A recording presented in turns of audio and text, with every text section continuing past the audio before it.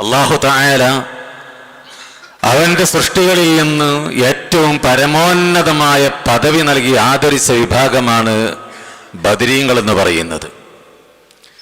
ഒരിക്കൽ ഹബീബായ നബി സല്ലല്ലാഹു അലൈഹി വസല്ലമ തങ്ങളുടെ മുമ്പിലേക്ക് ഇറങ്ങി വരുന്നുണ്ട് മുഖറബുൽ അംലാക്ക് മലക്ക് ജിബ്രാഈൽ അലൈഹിസ്സലാം.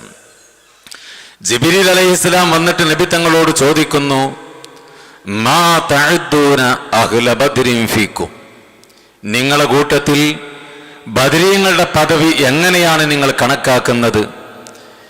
ഏത് രൂപത്തിലാണ് നിങ്ങൾ ബദരീങ്ങളെ മനസ്സിലാക്കുന്നത്? എന്താണ് അവർക്കുള്ള സ്ഥാനങ്ങൾ വകവെച്ചു കൊടുക്കുന്നത്?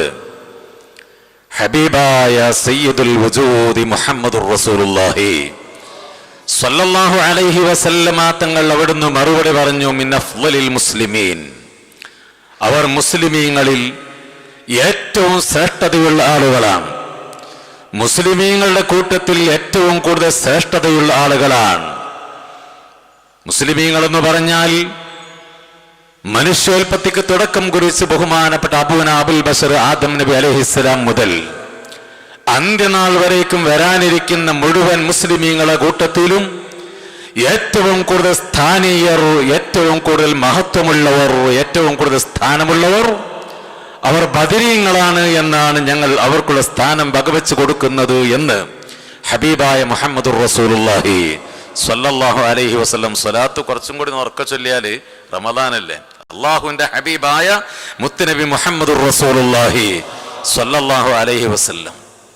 ആ സമയത്ത് ബഹുമാനപ്പെട്ട മുഖറബുൽ അംലാക്ക് മലക്ക് ജിബ്രാഈൽ അലൈഹിസ്സലാം പറയുകയാണ്, കദാലിക മൻ ശഹിദ ബദ്റൻ മിനൽ മലായിക, ഇതേ രൂപത്തിൽ തന്നെയാണ് മലക്കുകളുടെ കൂട്ടത്തിലും ബദരീങ്ങൾക്കുള്ള ബദറിൽ പങ്കെടുത്ത ആളുകൾക്കുള്ളത് എന്ന് ബഹുമാനപ്പെട്ട മുഖറബുൽ അംലാക്ക് മലക്ക് ജിബ്രാഈൽ അലൈഹിസ്സലാമോട് മുത്തുനബിയോട് മറുപടി പറയുകയാണ്. കോടാനുകോടി മലക്കുകളുണ്ട്. മലക്കുകളുടെ എണ്ണം എത്രയെന്ന് നമുക്കാർക്കും മനസ്സിലാക്കാൻ കഴിയൂല. അവരുടെ എണ്ണം അല്ലാഹുവിനല്ലാതെ ആർക്കും അറിയുകയുമില്ല. മനുഷ്യരെക്കാൾ എത്രയോ 10 മടങ്ങ് ഉണ്ട് മലക്കുകൾ. ആ കോടാനുകോടി വരുന്ന മലക്കുകളുടെ കൂട്ടത്തിൽ ഏറ്റവും അല്ലാഹു ബഹുമാനിക്കുകയും ആദരിക്കുകയും ചെയ്യുന്ന ഏറ്റവും കൂടുതൽ സ്ഥാനം കൈവരിച്ചിട്ടുള്ള ആളുകൾ മൻ ഷഹിദ ബദ്റ, ബദറിൽ പങ്കെടുത്ത ആളുകളാണ്. 5000 മലക്കുകൾ ബദറിൽ പങ്കെടുത്ത് ഹബീബായ നബി സല്ലല്ലാഹു അലൈഹി വസല്ലമ തങ്ങൾക്ക് ആദരവ് നൽകിയിട്ടുണ്ട്. ആ ബദരീങ്ങളായ മലക്കുകളാണ് മലക്കുകളുടെ കൂട്ടത്തിൽ ഏറ്റവും സ്ഥാനമുള്ളവർ. എന്തേ ഇത്രക്കുമേൽ സ്ഥാനം ബദരീങ്ങൾക്കുണ്ടാകാൻ കാരണം?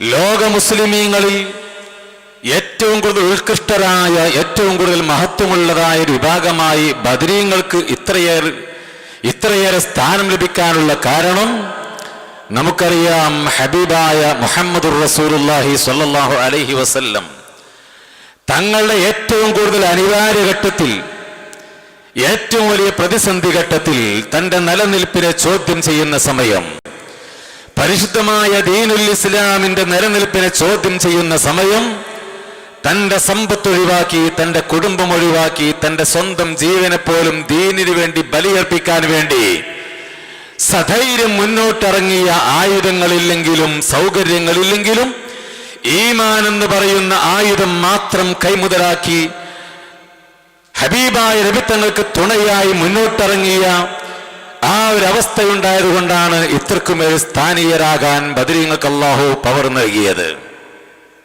നമുക്കറിയാം, ബദർ നടന്നത് ഒരു യുദ്ധത്തിന് വേണ്ടി ഹബീബായ നബി തങ്ങൾ പുറപ്പെട്ടതല്ല.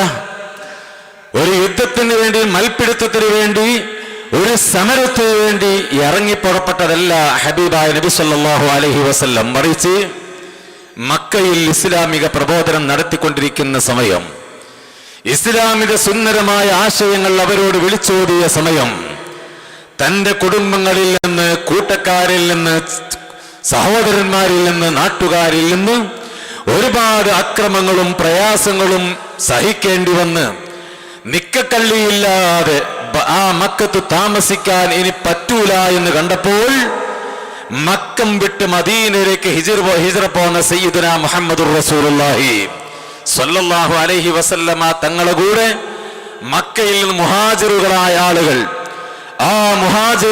ആളുകൾ മക്ക വിട്ട് ആ മക്കയിൽ ഒരുപാട് പതിറ്റാണ്ടുകൾ കഠിനാധ്വാനം ചെയ്ത് നേടിയെടുത്ത സമ്പത്ത് മുഴുവനും അവിടെ ഒഴിവാക്കി, തന്റെ കുടുംബങ്ങൾ ഒഴിവാക്കി, ഹബീബായ നബി തങ്ങളോടുള്ള സ്നേഹത്തിന്റെ ആധിക്യത്താൽ പരിശുദ്ധമായ ദീനുൽ ഇസ്ലാമിന്റെ നിലനിൽപ്പിന് വേണ്ടി ആ മക്ക വിട്ട് മദീനയിലേക്ക് ഹിജ്റ പോരുകയാണ്. അവരാരും അവരെ സമ്പത്ത് നോക്കിയിട്ടില്ല. മദീനയിലേക്ക് പോരുമ്പോൾ മക്കയിൽ അവർ സമ്പത്ത് ബാക്കി വെച്ചിട്ടുണ്ട്. ബഹുമാനപ്പെട്ട സുഹൈബ് റളിയല്ലാഹു അൻഹു മക്ക വിട്ട് മദീനയിലേക്ക് പോരുകയാണ്. സുഹൈബ് റൂമി മഹാനവറുകൾ മക്കയിൽ നിന്ന് മദീനയിലേക്ക് പോരുമ്പോ വഴിയിൽ വെച്ച് ശത്രുക്കൾ തടഞ്ഞു വെച്ചിട്ടുണ്ട്. ശത്രുക്കൾ തടഞ്ഞു വെച്ചിട്ട് പറയുന്നുണ്ട്, ഓ സുഹൈബ്, നിങ്ങളുടെ ഒരുപാട് സമ്പത്തുകൾ മക്കയിലാണുള്ളത്.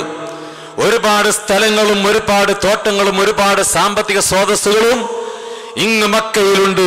ഈ മക്കയിൽ ഇത് ഒഴിവാക്കിയിട്ട് പോകുമ്പോൾ അതെല്ലാം ഞങ്ങൾക്ക് വീതിച്ചു തന്നെങ്കിലേ നിങ്ങളെ ഞങ്ങൾ വിട്ടയക്കുകയുള്ളൂ, അല്ലെങ്കിൽ ഇവിടെ നിന്ന് മദീനയിലേക്ക് പോകാൻ ഞങ്ങൾ സമ്മതിക്കൂല എന്ന് പറഞ്ഞ് ശത്രുക്കൾ പിടിച്ചു വെച്ചപ്പോൾ ബഹുമാനപ്പെട്ട സുഹൈബ് റളിയല്ലാഹു അൻഹു പറഞ്ഞു, നിങ്ങൾക്കറിയാം, നിങ്ങളെ കൂട്ടത്തിൽ ഏറ്റവും കൂടുതൽ അമ്പെയ്ത്തറിയുന്ന ആളാണ് ഞാൻ. നിങ്ങൾ അമ്പെയ്ത് കൊണ്ട് നശിപ്പിക്കാനും തുരത്തിയോടിക്കാനും എന്നെ കൊണ്ട് കഴിയും. പക്ഷേ ഞാൻ അതിൽ നിൽക്കുന്നില്ല. ഈ സമയം ഞാൻ അതിൽ തുനിയുന്നില്ല. എനിക്കാവശ്യം എന്റെ ഹബീബാണ്, എനിക്കാവശ്യം എന്റെ മദീനയാ. എനിക്ക് ഏറ്റവും കൂടുതൽ സ്നേഹിക്കുന്നതും ഞാൻ ഏറ്റവും കൂടുതൽ ആദരിക്കുന്നതുമായ എന്റെ ഹബീബിന്റെ സാന്നിധ്യമാണ് എനിക്കാഗ്രഹമുള്ളത്. അതുകൊണ്ട് എന്റെ സമ്പത്ത് നിങ്ങൾക്ക് വേണോ, നിങ്ങൾ എടുത്തോ. അവർക്കറിയുന്നതും അറിയാത്തതുമായ തന്റെ തോട്ടങ്ങളുടെ വിവരങ്ങൾ, സമ്പത്തിന്റെ വിവരങ്ങൾ അവർക്ക് കൈമാറിക്കൊണ്ട് പറയുന്നു, എല്ലാം നിങ്ങൾ എടുത്തോ, എനിക്കൊന്നിന്റെയും ആവശ്യമില്ല എന്ന് പറഞ്ഞ് എല്ലാ സമ്പത്തുക്കളും അവർക്ക് വീതിച്ചു കൊടുത്തുകൊണ്ടാണ് ബഹുമാനപ്പെട്ട സ്വഹൈബ് തങ്ങൾ മദീനയിലേക്ക് ഹബീബായ നബി തങ്ങളുടെ അടുക്കലേക്ക് പോകുന്നത്. ഈ നിലക്ക് അവരുടെ സമ്പത്ത് ബാക്കി വെച്ച്, അവരുടെ കുടുംബത്തിനെ ബാക്കി വെച്ച് മക്കയിൽ നിന്ന് മദീനയിലേക്ക് ഹിജ്റ പോയി. എന്നാൽ മദീനയിൽ സ്വസ്ഥമായി ജീവിക്കാൻ നബി തങ്ങളെ വിട്ടോ? ഇല്ല. മഹാന്മാരായ സ്വഹാബികൾ സ്വസ്ഥമായി ജീവിക്കാൻ അവിടെ വിട്ടോ? ഇല്ല. ആ മദീനയിൽ താമസിക്കുന്ന മഹാന്മാരായ സ്വഹാബിമാരെ ഹബീബായ നബി സല്ലല്ലാഹു അലൈഹി വസല്ലമ തങ്ങളെ ഉന്മൂലനാശം ചെയ്യാൻ വേണ്ടിയുള്ള കഠിനാധ്വാന പ്രവർത്തനത്തിലാണ് അന്നും ശത്രുക്കൾ ഉള്ളത്. അങ്ങനെ ഇരിക്കെയാണ് അബൂ സുഫിയാന്റെ നേതൃത്വത്തിൽ 40 ആളുകൾ കച്ചവട ആവശ്യാർത്ഥം ഷാമിലേക്ക്, സിറിയയിലേക്ക് പോകുന്നത്. വളരെ ചുരുക്കി ഞാൻ പറയുകയാണ്, സിറിയയിലേക്ക് കച്ചവട സംഘവുമായി പോകുന്നു. ഈ കച്ചവട സാധനങ്ങൾ വാങ്ങാൻ വേണ്ടി പോകുമ്പോൾ അതിനുപയോഗിക്കുന്ന സമ്പത്ത് എവിടെ നിന്നാണ്? ഈ മക്ക വിട്ട് മദീനയിലേക്ക് പോയ മുഹാജിറുകളായ ആളുകളുടെ സമ്പത്തുകൾ അവർ പിടിച്ചെടുത്തിട്ടുണ്ട്.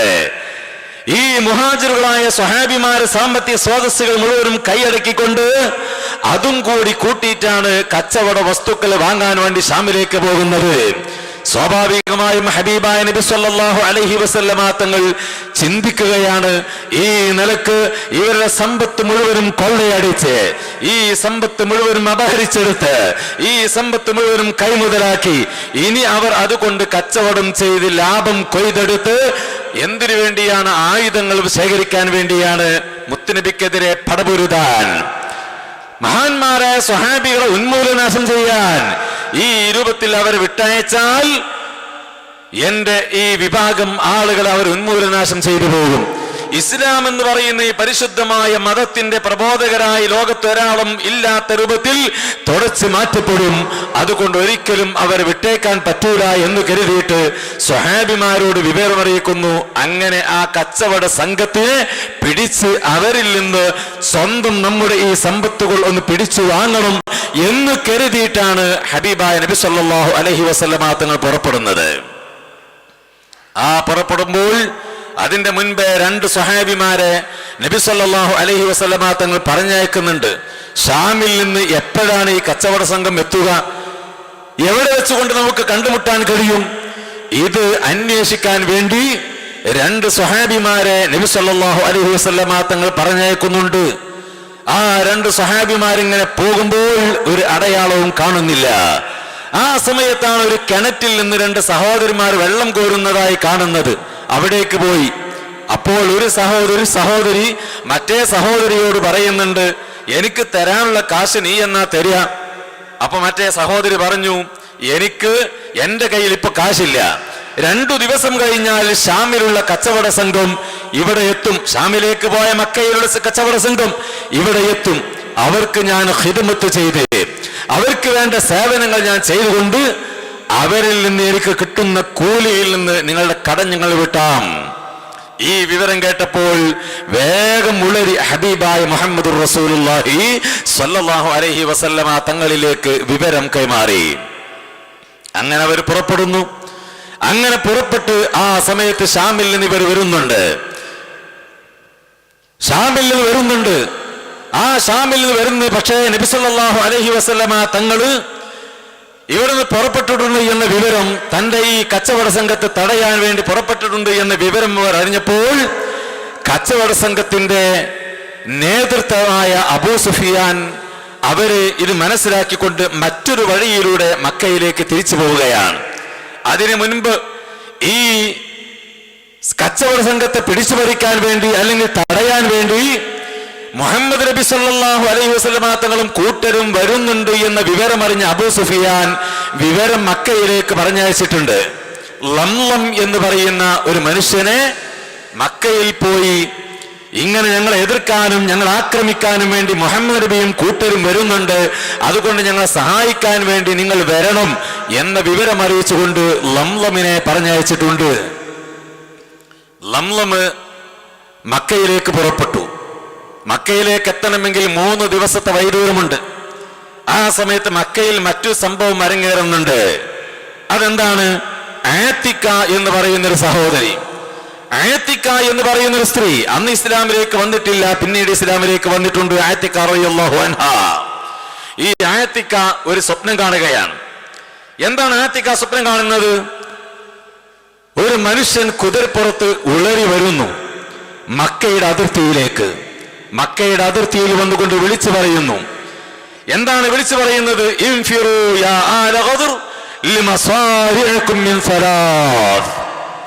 ഓ മക്കയിലുള്ള ആളുകളെ, മക്കയുടെ തലവന്മാരായ പ്രഗത്ഭരായ വ്യക്തികളെ, നിങ്ങളെല്ലാം 3 ദിവസത്തിനുള്ളിൽ മരിച്ചു വീഴേണ്ട സ്ഥലത്തിലേക്ക് നിങ്ങൾ ഉളരി പോകണം.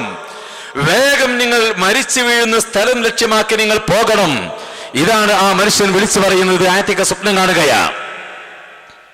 പിന്നീട് ആ മനുഷ്യൻ മസ്ജിദുൽ ഹറാമിലേക്ക് കയറുകയാണ്. കഅബയുടെ മുകൾ ഭാഗത്ത് കയറി ഇതേ രൂപത്തിൽ അവിടെ നിന്നും വിളിച്ചു പറയുന്നുണ്ട്. അങ്ങനെ ജബൽ അബി ഖുബൈസിൽ കയറിയിട്ട് അവിടെ നിന്നും ഈ മനുഷ്യൻ ഇതേ രൂപത്തിൽ വിളിച്ചു പറയുന്നു എന്ന് മാത്രമല്ല, ശേഷം വലിയൊരു പാറക്കല്ലെടുത്തിട്ട് അങ്ങോട്ട് താഴോട്ട് ഉരുട്ടിവിടുന്നു. ആ പാറക്കല്ല് ആകെ പൊട്ടിച്ചിന്നിച്ചിതറി മക്കയിലുള്ള ഓരോ വീടുകളിലേക്കും ഓരോ കുടുംബങ്ങളിലേക്കും അതിന്റെ ഓരോ കഷ്ണങ്ങൾ വന്ന് പതിക്കുകയും ചെയ്യുന്നു. ഈ ഭീകരമായൊരു സ്വപ്നം ആത്തിക്ക കാണുന്നുണ്ട്. ഉടനെ ആത്തിക്ക റളിയല്ലാഹു അൻഹാ, അന്ന് ഇസ്ലാമിലേക്ക് വന്നിട്ടില്ല, അബ്ബാസ് റളിയല്ലാഹു അൻഹുവിനെ വിളിക്കുകയാണ്. അബ്ബാസ് എന്നവരോട് ഈ വിവരം അറിയിച്ചു. ഞാൻ ഇങ്ങനെ ഒരു സ്വപ്നം കണ്ടിട്ടുണ്ട്. അബ്ബാസ് തങ്ങൾ പറഞ്ഞു, ഇത് വല്ലാത്തൊരു ഭീകരമായ സ്വപ്നമാണ്. നമ്മുടെ മക്കക്കാർക്ക് എന്തോ ഒരു ആപൽഘട്ടം വരാനിരിക്കുന്നുണ്ട് എന്നതിന്റെ സൂചനയാ. അബ്ബാസ് തങ്ങൾ ആരോടും പറഞ്ഞില്ല, രഹസ്യമാക്കി വെച്ചു. അങ്ങനെയാണ് പിന്നീട് ഈ വിവരം വലീദിനോട് അബ്ബാസ് ഓർമ്മപ്പെടുത്തുന്നത്. കാരണം അബ്ബാസ് തങ്ങളുടെ മുഖത്ത് വല്ലാത്തൊരു വല്ലായ്മ, ഒരു സങ്കടം, ഒരു വിഷമം വലീദ് കണ്ടപ്പോ ചോദിച്ചു, അബ്ബാസ് എന്താ നിങ്ങളുടെ മുഖത്ത് വല്ലാത്തൊരു വിഷമം, ചെറിയൊരു പ്രയാസം കാണുന്നുണ്ടല്ലോ? അബ്ബാസ് പറഞ്ഞു, ഒന്നുമില്ല. അബ്ബാസ് എന്നവർ പറഞ്ഞു, ഒന്നുമില്ല, എന്തോ പ്രയാസമുണ്ട്, എന്നോട് പറയൂ, എന്നാൽ നിങ്ങൾ ആരോടും പറയരുത്. ഈ വിവരം വലീദിന് കൈമാറി. വലീദ് ആകെ പേടിച്ചു പോയി. വലീദ് പിതാവായ ഉത്ബത്തിനോട് പറഞ്ഞു. ഉത്ബത്തോ അബൂജഹലിനോട് ഈ വിവരം അറിയിച്ചപ്പോൾ അബൂജഹൽ പരിഹസിക്കുകയും ഈ പറഞ്ഞവർക്കെതിരെ ശകാരിക്കുകയും ചെയ്ത്, അങ്ങനെ ഒരു തവണ കഅബാലയത്തിന്റെ പരിസരത്ത് അബൂജഹലിന്റെ നേതൃത്വത്തിൽ ആളുകൾ ഒരുമിച്ച് കൂടി സ്വറ പറഞ്ഞിരിക്കുമ്പോഴാണ് അബ്ബാസ് എന്ന് ആ വഴിക്ക് ഇങ്ങനെ വരുന്നത്. അബൂജഹൽ പറഞ്ഞു, അബ്ബാസ്, നിങ്ങളെ വിഭാഗത്തിൽ ഒരു നബിയാണ് എന്നും പറഞ്ഞിട്ട് മുഹമ്മദ് ഒരു നബിയാണ് എന്നും പറഞ്ഞിട്ട് രംഗപ്രവേശനം ചെയ്തിട്ടുണ്ട്. ഇപ്പോൾ നബിച്ചിയും ഇറങ്ങിയിട്ടുണ്ടോ? ആത്തിക്ക എന്ന് പറയുന്ന നിങ്ങളുടെ കുടുംബത്തിൽപ്പെട്ട ഒരു പെണ്ണ് ഒരു നബിയുടെ വാദം പറഞ്ഞുകൊണ്ട് രംഗത്തിറങ്ങിയിട്ടുണ്ടോ? നിങ്ങളെ കുടുംബം മുഴുവനും കള്ളം പറയുന്നവരാണോ? നിങ്ങൾ കള്ളം പറയുന്നവരാണ് എന്ന് അബ്ബാസ് എന്നവരോട് പറഞ്ഞപ്പോൾ അബൂജഹലിനെതിരെ ശകാരിക്കുകയും കള്ളം പറയുന്നത് ഞങ്ങളല്ല, അൻത കദ്ദാബ്, നീയടാ കള്ളം പറയുന്നത്, ഞങ്ങളല്ല എന്ന് പറഞ്ഞ് ചെറിയ നിലക്ക് അവിടുന്ന് അങ്ങോട്ടും ഇങ്ങോട്ടും തർക്കമാവുകയാണ്. ഈ ഒരു സംഭവം മക്കത്ത് അന്ന് അരങ്ങേറിയിട്ടുണ്ട്. അതുകൊണ്ട് മക്കയിലുള്ള ഖുറൈശികളിലെ മുശ്രിക്കീങ്ങളായ ആളുകളിലെ പ്രഗത്ഭരായ ആളുകൾക്ക്, വിവരമറിഞ്ഞ ആളുകൾക്കെല്ലാം പേടിയുണ്ട്, മനസ്സില് വല്ലാത്ത വേജാറുണ്ട്. എന്തോ ആപൽഘട്ടം വരാനുണ്ട്. എന്താണ് ആപൽഘട്ടം എന്നവർക്കൊരു പിടുത്തവുമില്ല. ആ സമയത്താണ് നേരത്തെ നാം പറഞ്ഞ ലംലം മക്കയിലേക്ക് വരുന്നത്. എങ്ങനെയാണ് മക്കയിലേക്ക് വരുന്നത്? തന്റെ മുടിയാകെ ചിന്നിച്ചിതറി, തന്റെ വസ്ത്രങ്ങളെ ആകെ കീറിപ്പറിച്ച്, കണ്ടാൽ തന്നെ ഏതോ ഒരു ശത്രുക്കളുടെ കയ്യിൽ നിന്ന് രക്ഷപ്പെട്ടു വരികയാണെന്ന് തോന്നിപ്പോകും. അതെല്ലാം അവൻ ഒപ്പിച്ച പണിയാണ്. അങ്ങനെ ലംലം ആ നിലക്ക് മക്കയിലേക്ക് കയറി വന്നുകൊണ്ട് അബൂജഹലിനോട് പറയുന്നു, ഓ, ഞങ്ങൾ നമ്മുടെ ഈ കച്ചവട സംഘം ഷാമിലേക്ക് കച്ചവടത്തിന് വേണ്ടി പോയ സംഘത്തെ പിടിച്ചു പറിക്കാനും ആക്രമിക്കാനും കൊല്ലുവാനും വേണ്ടിയിട്ട് മുഹമ്മദിന്റെ നേതൃത്വത്തിൽ ആളുകൾ മദീനയിൽ നിന്ന് പുറപ്പെട്ടിട്ടുണ്ട്. രക്ഷപ്പെടുത്താൻ വേണ്ടി എത്രയും പെട്ടെന്ന് നിങ്ങൾ പുറപ്പെടണമെന്ന് പറഞ്ഞപ്പോൾ കൊടിയ ധിക്കാരിയും കിബറനവും അഹങ്കാരിയുമായ അബൂജഹലും കൂട്ടലും 1250 ആളുകൾ 1250 ആളുകൾ അവിടുന്ന് തയ്യാറെടുത്ത് വാഹനങ്ങളും യുദ്ധത്തിനുള്ള എല്ലാ കോപ്പുകളും എല്ലാ സന്നാഹങ്ങളും തയ്യാറാക്കി അവർ മക്കയിൽ നിന്ന് പുറപ്പെടുകയാണ്. ആ സമയത്ത് അബൂലഹബ് പുറപ്പെട്ടിട്ടില്ല. അബൂലഹബിനെ വിളിച്ചിട്ടുണ്ട്, പക്ഷേ പോന്നിട്ടില്ല. ഒരുപാട് പറഞ്ഞു, നിങ്ങൾ യുദ്ധത്തിന് പോരണം. അബൂലഹബ് പറഞ്ഞു, ഞാനിപ്പോൾ പോരുന്നില്ല. ആ സമയത്ത് അബൂജഹല് ഒരു പായയും അതേപോലെ പുതപ്പും കുന്തിരിക്കവും കൊടുത്തുകൊണ്ട് അബൂലഹബിന്റെ അടുക്കലേക്ക് പറഞ്ഞേക്കുന്നുണ്ട്. നീ അവിടെ ഈ പായ വിരിച്ചിട്ട് പുതപ്പും പുതച്ചിട്ട് കുന്തിരിക്കും പുകയിപ്പിച്ചിട്ട് സുഖമായി ഭാര്യയുടെ കൂടെ കടന്നുറങ്ങിക്കോളൂ, പേടിത്തൊണ്ടനാണ് എന്നൊക്കെ പറഞ്ഞിട്ട് അബൂലഹബിനെതിരെ അബൂജഹൽ സംസാരിക്കുന്നുണ്ട്. ആ സമയത്ത് അബൂലഹബ് പറഞ്ഞു, എന്നെ നിങ്ങൾ ആ രൂപത്തിൽ ആക്ഷേപിക്കരുത്, എനിക്ക് പോരാൻ പ്രയാസമുണ്ട്. അതുകൊണ്ട് ഞാൻ പോരുന്നില്ലെങ്കിലും എന്താണോ നിങ്ങൾക്ക് വേണ്ടത് ആ വേണ്ടത് ഞാൻ നൽകാം. അങ്ങനെയാണ് 100 ഒട്ടകത്തിനെ ഈ യുദ്ധത്തിന് വേണ്ടി അബൂജഹലിനെ ഏൽപ്പിക്കുന്നത്. ഏതായാലും ഇവരെല്ലാം പുറപ്പെട്ടു പോരുകയാണ് ഹബീബായ നബി സല്ലല്ലാഹു അലൈഹി വസല്ലമ തങ്ങളെ തകർക്കാൻ വേണ്ടി. ഈ സമയത്ത് അബൂ സുഫ്യാന്റെ നേതൃത്വത്തിലുള്ള കച്ചവട സംഘം വഴിമാറി മറ്റൊരു വഴിയിലൂടെ മക്കയിലേക്ക് രക്ഷപ്പെട്ടിട്ടുണ്ട്. ഈ വിവരം അബൂജഹലിനെ വിവരം അറിയിച്ചു. ഇനി നിങ്ങൾ അങ്ങ് പോവേണ്ടതില്ല, അങ്ങോട്ട് പോകേണ്ടതില്ല. കാരണം നമ്മുടെ ലക്ഷ്യം നമ്മുടെ കച്ചവട സംഘത്തെ രക്ഷപ്പെടുത്തുക എന്നതാണ്. സുരക്ഷിതമായി ഒരു അപായവുമില്ലാതെ ഒരു അപകടവുമില്ലാതെ നമ്മുടെ നാട്ടിൽ തിരിച്ചെത്തിയിട്ടുണ്ട്. അതുകൊണ്ട് ഇനി അവരോട് മത്സരിക്കാൻ വേണ്ടി അവരാക്രമിക്കാൻ വേണ്ടി പോവേണ്ടതില്ല എന്ന് പറഞ്ഞ് ആളുകളെ അബൂജഹലിന്റെ അടുക്കലേക്ക് പറഞ്ഞയക്കുന്നുണ്ട്. പക്ഷേ കൊടിയ ധിക്കാരിയും കിബറിന്റെ അങ്ങേയറ്റത്താളുമായ വലിയ മുത്തകബ്ബിറായ അബൂജഹൽ, ഹബീബായ നബി സല്ലല്ലാഹു അലൈഹി വസല്ലമ തങ്ങൾ പറയുന്നുണ്ടല്ലോ, മൂസാ നബിന്റെ ഫിർഔനെക്കാളും വലിയ ഫിർഔനാണ് അബൂജഹൽ. അത്രയും വലിയ കൊടിയ ധിക്കാരിയാണ്. അബൂജഹൽ പറഞ്ഞു, പറ്റൂല, ഇനി മുഹമ്മദിനെ ഇവിടെ വെക്കുന്ന ഒരു പരിപാടിയേ ഇല്ല. മുഹമ്മദിനെ നശിപ്പിച്ചിട്ടല്ലാതെ ഇനി തിരിച്ചു പോരുന്ന പ്രശ്നമേ ഇല്ല. 1250 ആളുകൾ പോയപ്പോൾ ആ 1250 ആളുകളിൽ നിന്ന് 300 ആളുകൾ ഈ കച്ചവട സംഘത്തിന്റെ അവരെ സഹായിക്കാൻ വേണ്ടി പോയിട്ടുണ്ട്. ബാക്കി 950 ആളുകളാണ് നബി സല്ലല്ലാഹു അലൈഹി വസല്ലമ തങ്ങൾക്കെതിരെയായി പുറപ്പെട്ടിട്ടുള്ളത്. ആ കൂട്ടത്തിൽ നിന്ന് പലരും പറഞ്ഞു, നമുക്ക് മടങ്ങിപ്പോകാം, ഇപ്പോ ഒരു യുദ്ധത്തിന് വേണ്ടി നമ്മൾ പോവേണ്ടതില്ല, നമുക്ക് മടങ്ങിപ്പോകാം.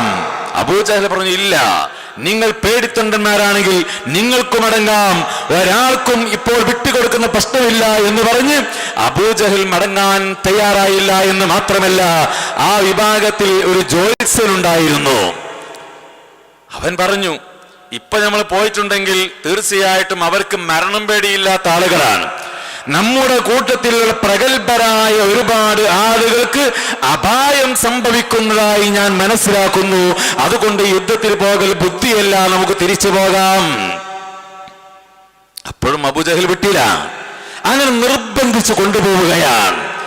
ഈ സമയത്ത് ഹബീബായ സയ്യിദുൽ വജൂദ് മുഹമ്മദുർ റസൂലുള്ളാഹി സല്ലല്ലാഹു അലൈഹി വസല്ലമ തങ്ങൾ തന്റെ കൂട്ടത്തിലുള്ള 313 സഹാബിമാരും 313 അസ്ഹാബുൽ ബദർ, ഈ 300 ചില്ലാനം മാത്രം വരുന്ന അസ്ഹാബിനെയും കൂട്ടിയിട്ട് അങ്ങോട്ട് പുറപ്പെട്ടിട്ടുണ്ട്. ബഹുമാനപ്പെട്ട മുഖറബുൽ അംലാക്ക് മലക്ക് ജിബ്രാഈൽ അലൈഹിസ്സലാം മുത്തുനബിയോടായി വന്ന് പറയുകയാണ്, നബിയേ, അല്ലാഹു സുബ്ഹാനഹു വ തആല രണ്ടാലൊരു കാര്യം അങ്ങേക്ക് വാഗ്ദാനം ചെയ്യുന്നുണ്ട്. ഒന്നുകില്ല കച്ചവട സംഘത്തെ അങ്ങനെ തന്നെ നിങ്ങൾക്ക് നൽകാമെന്ന് ഏൽക്കുന്നുണ്ട്, അല്ലെങ്കിലോ അതിനേക്കാളും നല്ലൊരു വിഭാഗത്തെ നിങ്ങൾക്ക് വേണ്ടി നൽകാമെന്ന് അല്ലാഹു തആല വാഗ്ദത്തം ചെയ്യുന്നു. എന്താണ് വേണ്ടത് എന്ന് അങ്ങേക്ക് തീരുമാനിക്കാം. ഹബീബായ നബി സല്ലല്ലാഹു അലൈഹി വസല്ലമ തങ്ങൾ സ്വഹാബിമാരോട് ചോദിക്കുകയാണ്, ഓ സ്വഹാബികളെ, ഇപ്പോൾ അബൂ സുഫിയാന്റെ നേതൃത്വത്തിലുള്ള സംഘം, അവരുടെ ആ കച്ചവട സംഘം നമ്മുടെ വരവും കണ്ട് അത് മുന്നിൽ കണ്ട് അത് മനത്തറിഞ്ഞ് മക്കയിലേക്ക് രക്ഷപ്പെട്ടിട്ടുണ്ട്. അതേ സമയത്ത് അബൂജഹലിന്റെ നേതൃത്വത്തിൽ വലിയൊരു വിഭാഗം ആളുകൾ നമ്മെ എതിർക്കാനും നമ്മെ തകർക്കാനും നമ്മെ ഉന്മൂലനാശം ചെയ്യാനും മക്കയിൽ നിന്ന് പുറപ്പെട്ടിട്ടുണ്ട്. അവരോട് യുദ്ധം ചെയ്യാൻ നിങ്ങളുടെ അഭിപ്രായം എന്താ? ഇത് ചോദിക്കുമ്പോ മുഹാജിറുകളെ കൂട്ടത്തിൽ നിന്ന് എണീക്കുന്നു സയ്യിദുനാ അബൂബക്കർ സിദ്ദീഖ് റളിയല്ലാഹു അൻഹു, സയ്യിദുനാ ഉമർ ഇബ്നുൽ ഖത്താബ് റളിയല്ലാഹു അൻഹു.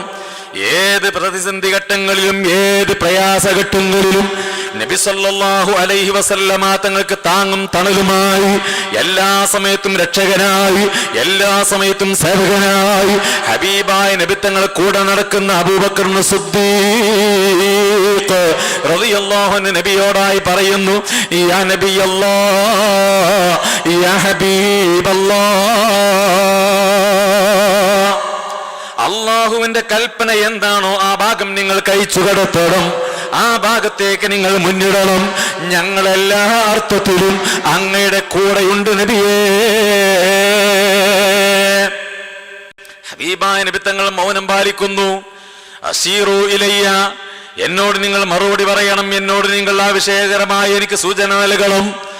ആരെയാണ് റസൂലുള്ളാഹി തങ്ങൾ ഉദ്ദേശിക്കുന്നത്? അൻസാറുകളായ സഹാബികളെയാണ്.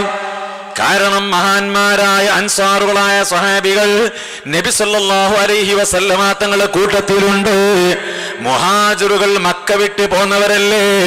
മക്കയിൽ തന്റെ സമ്പത്തുക്കളും തന്റെ കുടുംബങ്ങളും എല്ലാം ഉപേക്ഷിച്ചുകൊണ്ട് നബി തങ്ങളെ കൂടെ ഇറങ്ങിപ്പോന്ന ആളുകളല്ലേ. അവർക്ക് യുദ്ധത്തിന് പോകാൻ പ്രയാസമില്ല. സ്വന്തം ശരീരം മുത്തുനബിക്ക് സമർപ്പിച്ചവരാണ്. എല്ലാം മുത്തുനബിയുടെ മുമ്പിൽ സമർപ്പിച്ചവരാണ്. അൻസ്വാറുകളായ മദീനക്കാരായ ആളുകളോ ഹബീബായ നബി തങ്ങൾക്ക് മദീനയിൽ സംരക്ഷണം കൊടുക്കുക എന്നതല്ലേ ഏറ്റിട്ടുള്ളൂ. മദീനയുടെ പുറത്ത് സംരക്ഷണം നൽകാം എന്ന് ഏറ്റിട്ടില്ലല്ലോ. അതുകൊണ്ട് അൻസാറുകൾ, ബദർ എന്ന് പറയുന്നത് മദീനയുടെ പുറത്താണ്. മദീനയിൽ 150 കിലോമീറ്റർ അപ്പുറയാണ് ബദർ നിൽക്കുന്നത്. ഈ മദീനയുടെ പുറത്തുള്ള ബദറിലേക്ക് പോകുമ്പോൾ അവിടെ വെച്ച് സഹായിക്കാമെന്ന് ഏറ്റിട്ടില്ലല്ലോ. അതുകൊണ്ട് ബദരി അൻസാറുകളുടെ അഭിപ്രായം എന്താ എന്നാണ് നബി തങ്ങൾക്ക് അറിയേണ്ടത്. ആ സമയത്താണ് ബഹുമാനപ്പെട്ട സയ്യിദുനാ സഅദ് ബിൻ മുആദ്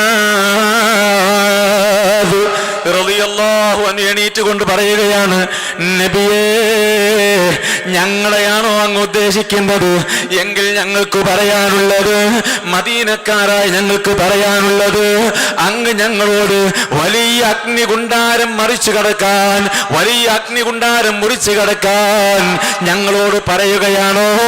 റെഡിയാണ് നബിയേ. വലിയ സമുദ്രം മുറിച്ചു കടക്കാൻ ഞങ്ങളോട് ആവശ്യപ്പെട്ടു. ഒരാളും മാറി നിൽക്കൂല. ആഴിക്കടലിലേക്ക് എടുത്തു ചാടാൻ തയ്യാറാണ് നബിയേ. എന്തൊരു സമർപ്പണമാണ്! അൻസാറുകളായ സ്വഹാബികളുടെ പ്രതിനിധിയായി സഅദ് ബിൻ മുആദ് തങ്ങൾ പറയാണ്, നബിയേ, പണ്ട് ബനൂ ഇസ്രായേൽ മൂസ നബിയോട് പറഞ്ഞതുപോലെ ഞങ്ങൾ പറയൂല നബിയേ. എന്താണ് ബനൂ ഇസ്രായേൽ പറഞ്ഞത്? ബനൂ ഇസ്രായേൽ എന്ന് പറയുന്ന വിഭാഗം അല്ലാഹു തആല വലിയ നിഅമത്ത് ചെയ്തു കൊടുത്ത വിഭാഗമാണ്.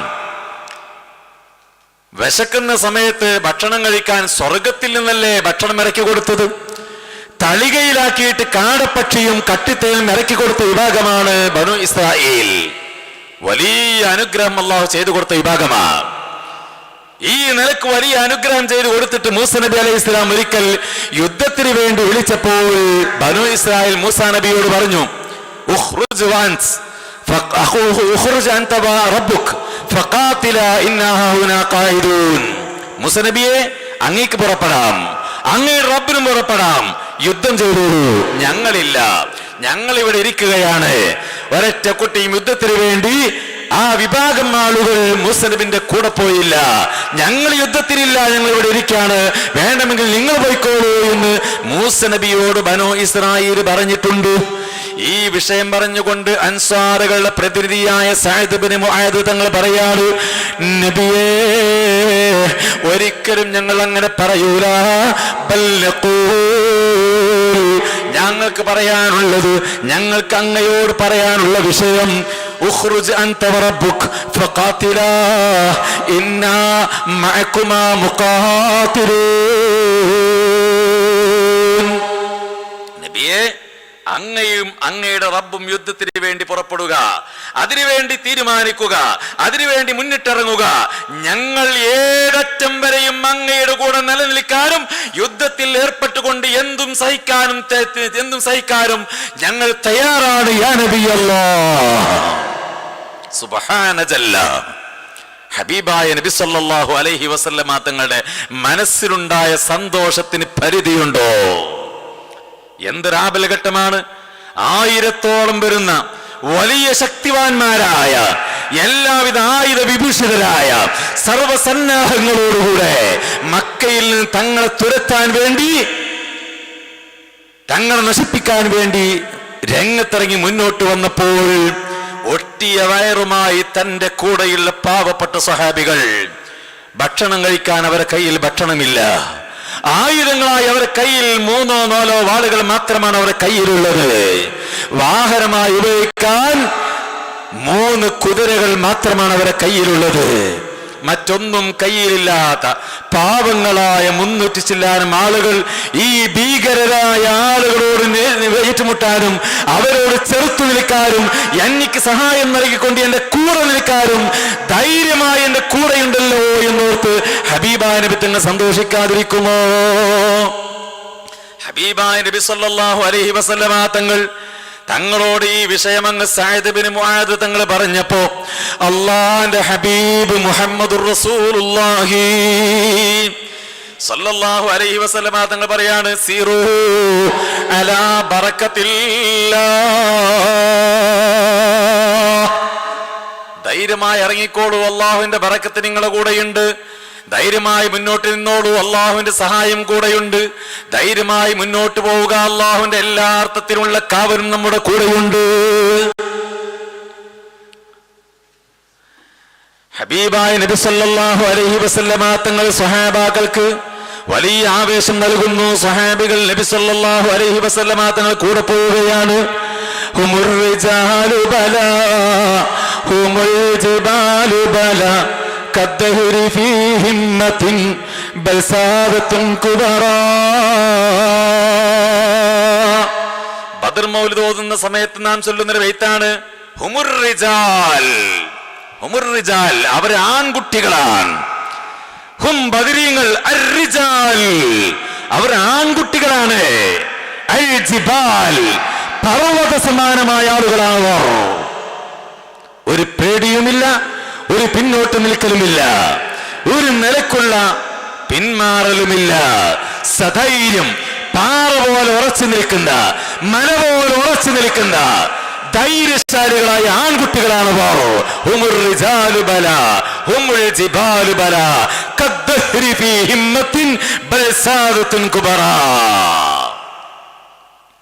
മനക്കരുത്തിന്റെ വിഷയത്തിൽ കദ്ദഹ്രി, അവർ കാലഘട്ടം പോലെയാണ്.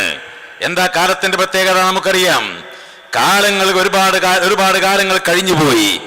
ഈ കാലത്തിനിടയ്ക്ക് എന്തെല്ലാം പ്രശ്നങ്ങൾ നടക്കുന്നു, എന്തെല്ലാം വിഷയങ്ങൾ നടക്കുന്നു, എന്തെല്ലാം പ്രയാസങ്ങൾ വന്നാലും, എന്തൊക്കെ പ്രതിസന്ധികൾ വന്നാലും കാലത്തിന് ഒരു ചമ്മലുമില്ല, ഒരു പിന്മാറലുമില്ല. സൂര്യൻ ഉദിക്കേണ്ട സമയം അത് ഉദിക്കും, അത് അസ്തമിക്കേണ്ട സമയത്ത് അസ്തമിക്കുകയും ചെയ്യും. ഇവിടെ യുദ്ധം നടന്നാലും, ഒരു നാടാകെ ചുട്ടു ചാമ്പലാക്കപ്പെട്ടാലും, അല്ലെങ്കിൽ നാട്ടിലാകെ മുഴുവൻ ആളുകളും ആദരിക്കുന്ന ആളുകൾക്ക് വല്ല അപായങ്ങളും സംഭവിച്ചാലും, എന്ത് പ്രതിസന്ധികൾ സംഭവിച്ചാലും ഒരു കുലുക്കവുമില്ലാത്തതാണ് കാലം എന്ന് പറയുന്നത്. ഈ കാലം പോലെയാണ് ബദരീങ്ങൾ. സത്യമല്ലേ അത്? സത്യമല്ലേ അത്? അങ്ങനെ ഹബീബായ നബി സല്ലല്ലാഹു അലൈഹി വസല്ലം തങ്ങളും കൂടെയുള്ള സ്വഹാബികളും ബദറിന്റെ ഒരു ഭാഗത്ത് ടെണ്ടടിക്കുകയാണ്. അതേസമയം ബദറിന്റെ മറ്റൊരു ഭാഗത്ത് അബൂജഹലും കൂട്ടരും നല്ല വെള്ളമുള്ളൊരു സ്ഥലത്ത് അവരും ടെന്റ് കെട്ടിയിട്ടുണ്ട്. അവർ ഒരുമിച്ച് കൂടിയിട്ടുണ്ട്. അവരെ കയ്യിലാണെങ്കിലോ ഭക്ഷിക്കാനുള്ള യഥേഷ്ടം ഭക്ഷ്യവസ്തുക്കൾ അവരെ കയ്യിലുണ്ട്. ഓരോ ദിവസവും 10 ഒട്ടകങ്ങളെയാണ് അറുക്കുന്നത് ഭക്ഷിക്കാൻ വേണ്ടി. ഇത് ഹബീബായ നബി സല്ലല്ലാഹു അലൈഹി വസല്ലമ തങ്ങൾ അന്വേഷിച്ചപ്പോൾ പിടുത്തം കിട്ടിയ വിഷയമാണ്. ആ വിഭാഗം ആളുകളിൽ നിന്ന് 2 ആളുകളെ അബൂജഹലെ ഹബീബായ നബി തങ്ങളുടെ അവസ്ഥ അന്വേഷിക്കാൻ വേണ്ടി പറഞ്ഞയച്ചിട്ടുണ്ട്. അവർ വന്നിട്ടുണ്ട് റസൂലുള്ളാഹിന്റെ ആ അടുത്ത പരിസരത്തേക്ക്. ആ സമയത്ത് മഹാന്മാരായ സ്വഹാബികൾ അവർ പിടികൂടിയിട്ടുണ്ട്. അവരോട് ചോദിക്കുന്നു, നിങ്ങളെ വിഭാഗത്തിൽ എത്ര ആളുകളുണ്ട്? അവർ പറഞ്ഞു, വലിയ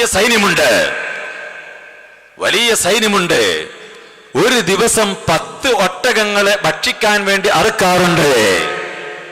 ഖുറൈശിയായ ഹബീബായ മുഹമ്മദുർ റസൂലുള്ളാഹി വലിയ ബുദ്ധിശക്തിയല്ലേ, വലിയ ഹിക്മത്തിന്റെ ഉടമയല്ലേ? ലോകത്ത് ഏറ്റവും വലിയ ബുദ്ധിശാലിയാര്? ഹബീബുന മുഹമ്മദുർ റസൂലുള്ളാഹി സ്വല്ലല്ലാഹു അലൈഹി വസല്ലം. അവിടുന്ന് ചിന്തിക്കാണ്, അന്നത്തെ ആ ആളുകളുടെ അവസ്ഥകൾ നോക്കിയാൽ ഒരു ഒട്ടകത്തിനെ 95ന്റെയും 100ന്റെയും ഇടയിലുള്ള ആളുകളാണ് ഭക്ഷണം കഴിക്കുക. അപ്പോൾ 10 ഒട്ടകങ്ങളെ ദിവസം മറുക്കാറുണ്ട് എന്ന് പറഞ്ഞാൽ 950ന്റെയും 1000ന്റെയും ഇടയിൽ ആളുകൾ കാണും ആ വിഭാഗത്തിൽ. ഹബീബായ നബി സല്ലല്ലാഹു അലൈഹി വസല്ലം തങ്ങൾ മനസ്സിലാക്കുന്നുണ്ട്, 2 ഭാഗത്തും ആളുകൾ ഒരുമിച്ച് കൂടി. സുബ്ഹാനല്ലാഹ്, പകൽ സമയത്ത് നോമ്പനുഷ്ഠിച്ചുകൊണ്ടാണ്. നോമ്പ് തുറക്കാൻ, ഭക്ഷണം കഴിക്കാൻ മഹാന്മാരായ സ്വഹാബികളെ കയ്യിൽ ഭക്ഷണമില്ല. മുഅ്മിനീങ്ങളെ, സഹോദരിമാരെ, ഇന്ന് നമ്മുടെ മുമ്പിൽ ഭക്ഷണം കഴിക്കാൻ യഥേഷ്ടം ഭക്ഷ്യവസ്തുക്കളുണ്ട്. നോമ്പ് തുറക്കാൻ വേണ്ടി തീന്മേശയിലേക്ക് നാം വരുമ്പോ പല രൂപത്തിലുള്ള പൊരിക്കടികൾ നമ്മുടെ മുമ്പിലുണ്ട്. വിവിധ ഇനങ്ങളുള്ള ഫ്രൂട്ട്സുകൾ നമ്മുടെ മുമ്പിലുണ്ട്. അതേപോലെ പത്തിരിയും പൊറാട്ടയും കറിയുമായി വിവിധ ഇനം റൈസുകളായി നമ്മുടെ മുമ്പിലുണ്ട്. എല്ലാം നമ്മുടെ മുമ്പിൽ നിരത്തി വെച്ചിട്ട് ആ ഭക്ഷണങ്ങൾ കഴിച്ചിട്ട് കുറച്ച് കഴിച്ച് ബാക്കി ഉപേക്ഷിക്കുമ്പോൾ, ഓ പ്രിയപ്പെട്ട സഹോദരന്മാരെ, നമ്മുടെ മനസ്സിൽ വരണം, ബദരീങ്ങൾ സഹിച്ചിട്ടുള്ള ത്യാഗം. അവർക്ക് ചെറിയൊരു റൊട്ടിക്കഷ്ണം കിട്ടിയിരുന്നെങ്കിൽ എത്ര സമാധാനമായിരുന്നു. അവർക്ക് ഭക്ഷണം കഴിക്കാൻ ഒന്നുമില്ലാതെയല്ലേ ബദറിൽ ഒരുമിച്ച് കൂടിയത്. ഭക്ഷണം നശിപ്പിക്കാൻ പാടില്ല, ഭക്ഷണം ദുരുപയോഗം ചെയ്യാൻ പാടില്ല, കുപ്പത്തൊട്ടിയിലേക്ക് ഭക്ഷണം വലിച്ചെറിയാൻ പാടില്ല. ഇന്നും ലോകത്തിന്റെ വിവിധ ഭാഗങ്ങളിൽ അറിയുന്നില്ലേ നാം, ഒരു നേരത്തെ അന്നത്തിന് വേണ്ടി കേഴുന്ന എത്ര ആളുകളുണ്ട്. ഭക്ഷണം കിട്ടാതെ കളിമണ്ണുകൾ എടുത്തുകൊണ്ട് വെള്ളം പാർന്ന് കുഴച്ചുണ്ടാക്കിയിട്ട് ഉണക്കിയിട്ട് ബിസ്ക്കറ്റ് പോലെ കളിമണ്ണുകൾ കുഴച്ചുണ്ടാക്കി ബിസ്ക്കറ്റ് പോലെ ആക്കിയിട്ട് ആ ബിസ്ക്കറ്റ് രൂപത്തിലുള്ള കളിമണ്ണുകൾ കഴിച്ചിട്ട് വിശപ്പടക്കുന്ന എത്ര ആളുകൾ ഇന്നും ലോകത്ത് കഴിയുന്നുണ്ട്. ഇന്ന് നമ്മുടെ മുമ്പിൽ ഭക്ഷണം കഴിക്കാൻ യഥേഷ്ടം ഭക്ഷണമുണ്ട് അല്ലേ? ഇന്ന് നമ്മുടെ കയ്യിൽ ഭക്ഷണമുണ്ടെങ്കിൽ അത് നാളെ ഇല്ലാതെയാക്കാൻ പടച്ച റബ്ബിന് പ്രയാസമില്ല. സമ്പത്ത് നശിപ്പിച്ചുകൊണ്ടാകാം ഒരു പക്ഷേ, അതല്ലെങ്കിൽ സമ്പത്ത് യഥേഷ്ടമുണ്ട്, തന്റെ വീട്ടിൽ ബിരിയാണി വെച്ചിട്ടുണ്ട്, മന്തി വെച്ചിട്ടുണ്ട്, മറ്റു വിവിധ ഇനത്തിലുള്ള ഭക്ഷ്യപദാർത്ഥങ്ങൾ നമ്മുടെ വീട്ടിലുണ്ട്. പക്ഷേ ഒരു മുറുക്ക് പോലും വെള്ളം കുടിക്കാൻ കഴിയാതെ അവന്റെ വയറിന് ക്യാൻസർ ബാധിച്ചിട്ട്, ആമാശയത്തിന് ക്യാൻസർ ബാധിച്ചിട്ട് എത്ര ആളുകളാണ് വെള്ളം കുടിക്കാൻ പോലും സാധിക്കാതെ നരകീയമായി ജീവിച്ചു കൊണ്ടിരിക്കുന്നത്. ഈ രൂപത്തിലാക്കാൻ പടച്ച റബ്ബിന് പ്രയാസമില്ല. അല്ലാഹു തആല കാത്തുരക്ഷിക്കുമാറാകട്ടെ. ഭക്ഷണം ദുരുപയോഗം ചെയ്യരുത്. തീൻമേശയിൽ യഥേഷ്ടം ഭക്ഷണമുണ്ട് എന്ന് കരുതിയിട്ട് നമ്മുടെ പ്ലേറ്റിലേക്ക് യഥേഷ്ടം വിളമ്പിയിട്ട് കുറച്ച് കഴിച്ചിട്ട് കൊണ്ടുപോയി തട്ടുക എന്ന സ്വഭാവം നിർത്തിയേ പറ്റൂ. ഒരു ട്രെൻഡായി മാറിയിരിക്കുകയാണെന്ന്. ഹോട്ടലുകളിൽ പോയാൽ അവൻ ഭക്ഷണം ഓർഡർ ചെയ്യും. അങ്ങനെ ഓർഡർ ചെയ്ത ഭക്ഷണം മുമ്പിലെത്തിയാൽ കുറച്ച് കഴിച്ചിട്ട് ബാക്കിയാക്കാണ്. എന്നിട്ട് ആ ബാക്കിയുള്ളത് കൊണ്ടുപോയി കുപ്പത്തൊട്ടിയിലേക്ക് വലിച്ചെറിയുകയാ. ഭക്ഷണത്തോട് യാതൊരു മര്യാദയുമില്ലാതെ ഈ ഒരവസ്ഥ മുഅ്മിനീങ്ങളെ നമ്മുടെ കൂട്ടത്തിൽ ഉണ്ടാകാൻ പാടില്ല. ഞാൻ പറയുന്നത് മഹാന്മാരായ ബദരീങ്ങള് നോമ്പ് തുറക്കുന്നത് പച്ചവെള്ളം കുടിച്ചിട്ടാണ്. വെള്ളം കുടിക്കാനും അവരെ കയ്യിൽ തീരെ വളരെ പരിമിതമായ വെള്ളം മാത്രമേ അവരെ കയ്യിൽ ഉണ്ടായിരുന്നുള്ളൂ. ഉള്ള വെള്ളത്തിൽ നിന്ന് അങ്ങോട്ടും ഇങ്ങോട്ടും വീതിച്ചുകൊണ്ട് കുറഞ്ഞ വെള്ളം മാത്രം കുടിക്കുന്നു. കയ്യിലുള്ള കാരക്കയുടെ ചീട് മാത്രം കഴിച്ചുകൊണ്ടാണ് നോമ്പ് തുറക്കുന്നത്. രാത്രി സമയമായിട്ട് രാത്രി സമയമാകുമ്പോൾ എന്തായിരിക്കും അവസ്ഥ ഉണ്ടാകുക നമുക്കറിയാം. എന്തെങ്കിലും ഒരു പ്രശ്നമുള്ള സമയമാണെങ്കിൽ നമുക്കാർക്കും ഉറക്കം വരൂല. നാളെ നേരം കൊടുത്താൽ എന്തോ പ്രയാസം ഇവിടെ സംഭവിക്കാനുണ്ട്. ഏതോ ഒരു പ്രതിസന്ധി ഘട്ടത്തിലൂടെ നമുക്ക് നീങ്ങേണ്ടതുണ്ട്. ഒരു ആപൽഘട്ടം തരണം ചെയ്യേണ്ടതുണ്ട്. ആലോചിച്ചാൽ നമുക്ക് ഉറക്കം വരൂല. ബദരീങ്ങളായ സ്വഹാബികള് കേവലം 300 ചില്ലാനം ആളുകള്, ആയുധമില്ലാത്ത ആളുകള്, പട്ടിണി കിടക്കുന്ന ആളുകള്, വാഹനമില്ലാത്ത ആളുകള്, പാവങ്ങളായ സ്വഹാബികള് ഒരു ഭാഗത്ത് നിൽക്കുമ്പോൾ സർവായുധ വിഭൂഷിതരായ വലിയ ആരോഗ്യവാന്മാരായ എല്ലാ നിലക്കുമുള്ള സൗകര്യങ്ങളുള്ള മറുവിഭാഗം തൊട്ടപ്പുറത്ത് നിൽക്കുന്നു. കിടന്നാൽ ഉറക്കം വരുമോ? അതേ സമയത്ത് രാത്രിയായി. അല്ലാഹു തആല ബദരീങ്ങളായ സ്വഹാബികൾക്ക് അനുഗ്രഹം ചെയ്യുകയാണ്. എല്ലാവരും തൂങ്ങി ഉറങ്ങുന്നു. ആ രാത്രിയിൽ എല്ലാവരും ഉറങ്ങുകയാണ്. പരിശുദ്ധമായ ഖുർആനിൽ ആ സംഭവം വിശദീകരിക്കുന്നുണ്ടല്ലോ. ഇത് യുഗശീകുമുൻ നുആസ്, ഉറക്കം നിങ്ങളെ പൊതിഞ്ഞപ്പോൾ അമനതം മിൻഹു, അല്ലാഹുവിൽ നിന്നുള്ള നിർഭയത്വമായി നിങ്ങളെ മനസ്സിൽ പേടിയും ബേജാറുകളും ഇല്ലായ്മ ചെയ്ത് മനസ്സിൽ നല്ല സമാധാനം നൽകി, മനസ്സിൽ നല്ല സന്തോഷം നൽകി രാത്രി നിങ്ങൾക്ക് ഉറങ്ങാൻ അല്ലാഹു അവസരം നൽകിയല്ലോ. സ്വഹാബികൾ രാത്രി ഉറങ്ങാണ്. ഈ വലിയ ശത്രു വിഭാഗത്തിന്റെ മുമ്പിൽ മഹാന്മാരായ സ്വഹാബികൾ ഉറങ്ങാണ്. ഒരു പേടിയില്ല, ഒരു ബേജാറില്ല, മനസ്സിന് നല്ല സന്തോഷം, നല്ല സുഖമായ ഉറക്കം. ഒന്ന് കണ്ണ് ചിമ്പാ എണീക്ക, അങ്ങനെയല്ല. ചിലപ്പോ നമ്മുടെ ചില രാത്രികളിൽ കടന്നാലേ നേരം വെളുത്ത് കിട്ടിയെങ്കിൽ നമ്മൾ ചിന്തിക്കും. ജദബുല്ലയാലി അബത്ത് ഈ അവസരി എന്ന് പറഞ്ഞവർക്ക് എന്താവും നേരം വെളുത്ത് കിട്ടിയെങ്കിലേ എന്ന് ചിന്തിച്ചിരിക്കും. കുറെ കടന്ന് ടെൻഷൻ ഉണ്ടായാല് കുറെ കടക്കും, ഉറക്കം അങ്ങനെ വരും. കുറെ കടന്നു നോക്കും, ഉറക്കം വരൂല. ഇപ്പൊ നേരം വെളുത്തിട്ടുണ്ടാകും എന്ന് വിചാരിച്ച് കണ്ണ് തുറന്ന് ക്ലോക്കിലേക്ക് നോക്കുമ്പോ രാത്രി 11 മണി ഉണ്ടാവില്ലേ ചിലപ്പോഴൊക്കെ നമുക്ക്.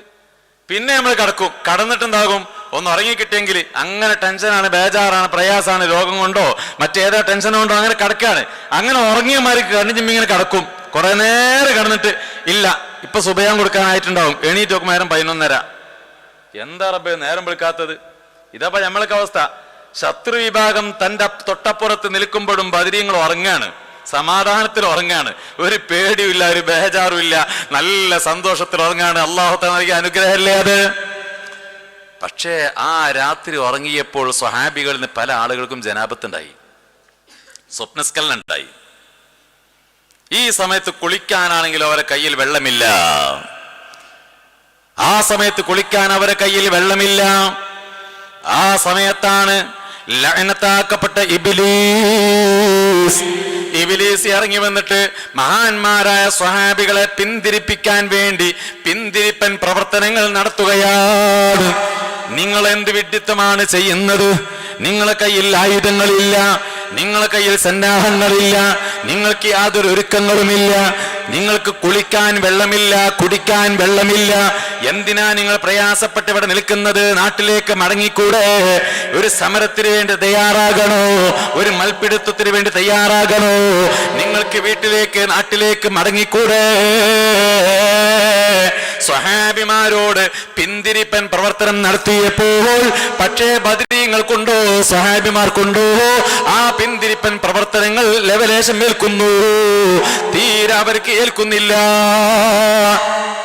ഇബ്ലീസിന്റെ ഏറ്റവും കൂടുതൽ ഇടപെടലുകൾ നടക്കുന്ന സമയമാണത്.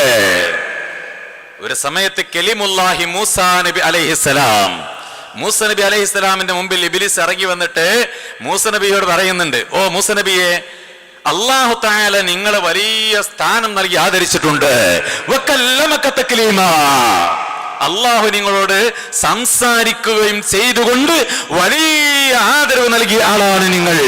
അതുകൊണ്ട് നിങ്ങൾ ഇശ്ഫഅലി, എനിക്ക് വേണ്ടി ഒന്ന് ശഫാഅത്ത് ചെയ്യണം റബ്ബിനോട്.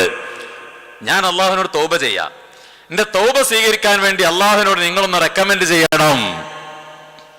ഓക്കെ, കലീമുല്ലാഹി മൂസ നബി അലൈഹി സ്വലാം പറഞ്ഞായിക്കോട്ടെ, ഞാൻ ദുആ ചെയ്തോളാം, അള്ളാഹുവോട് ഞാൻ ദുആ ചെയ്തോളാം.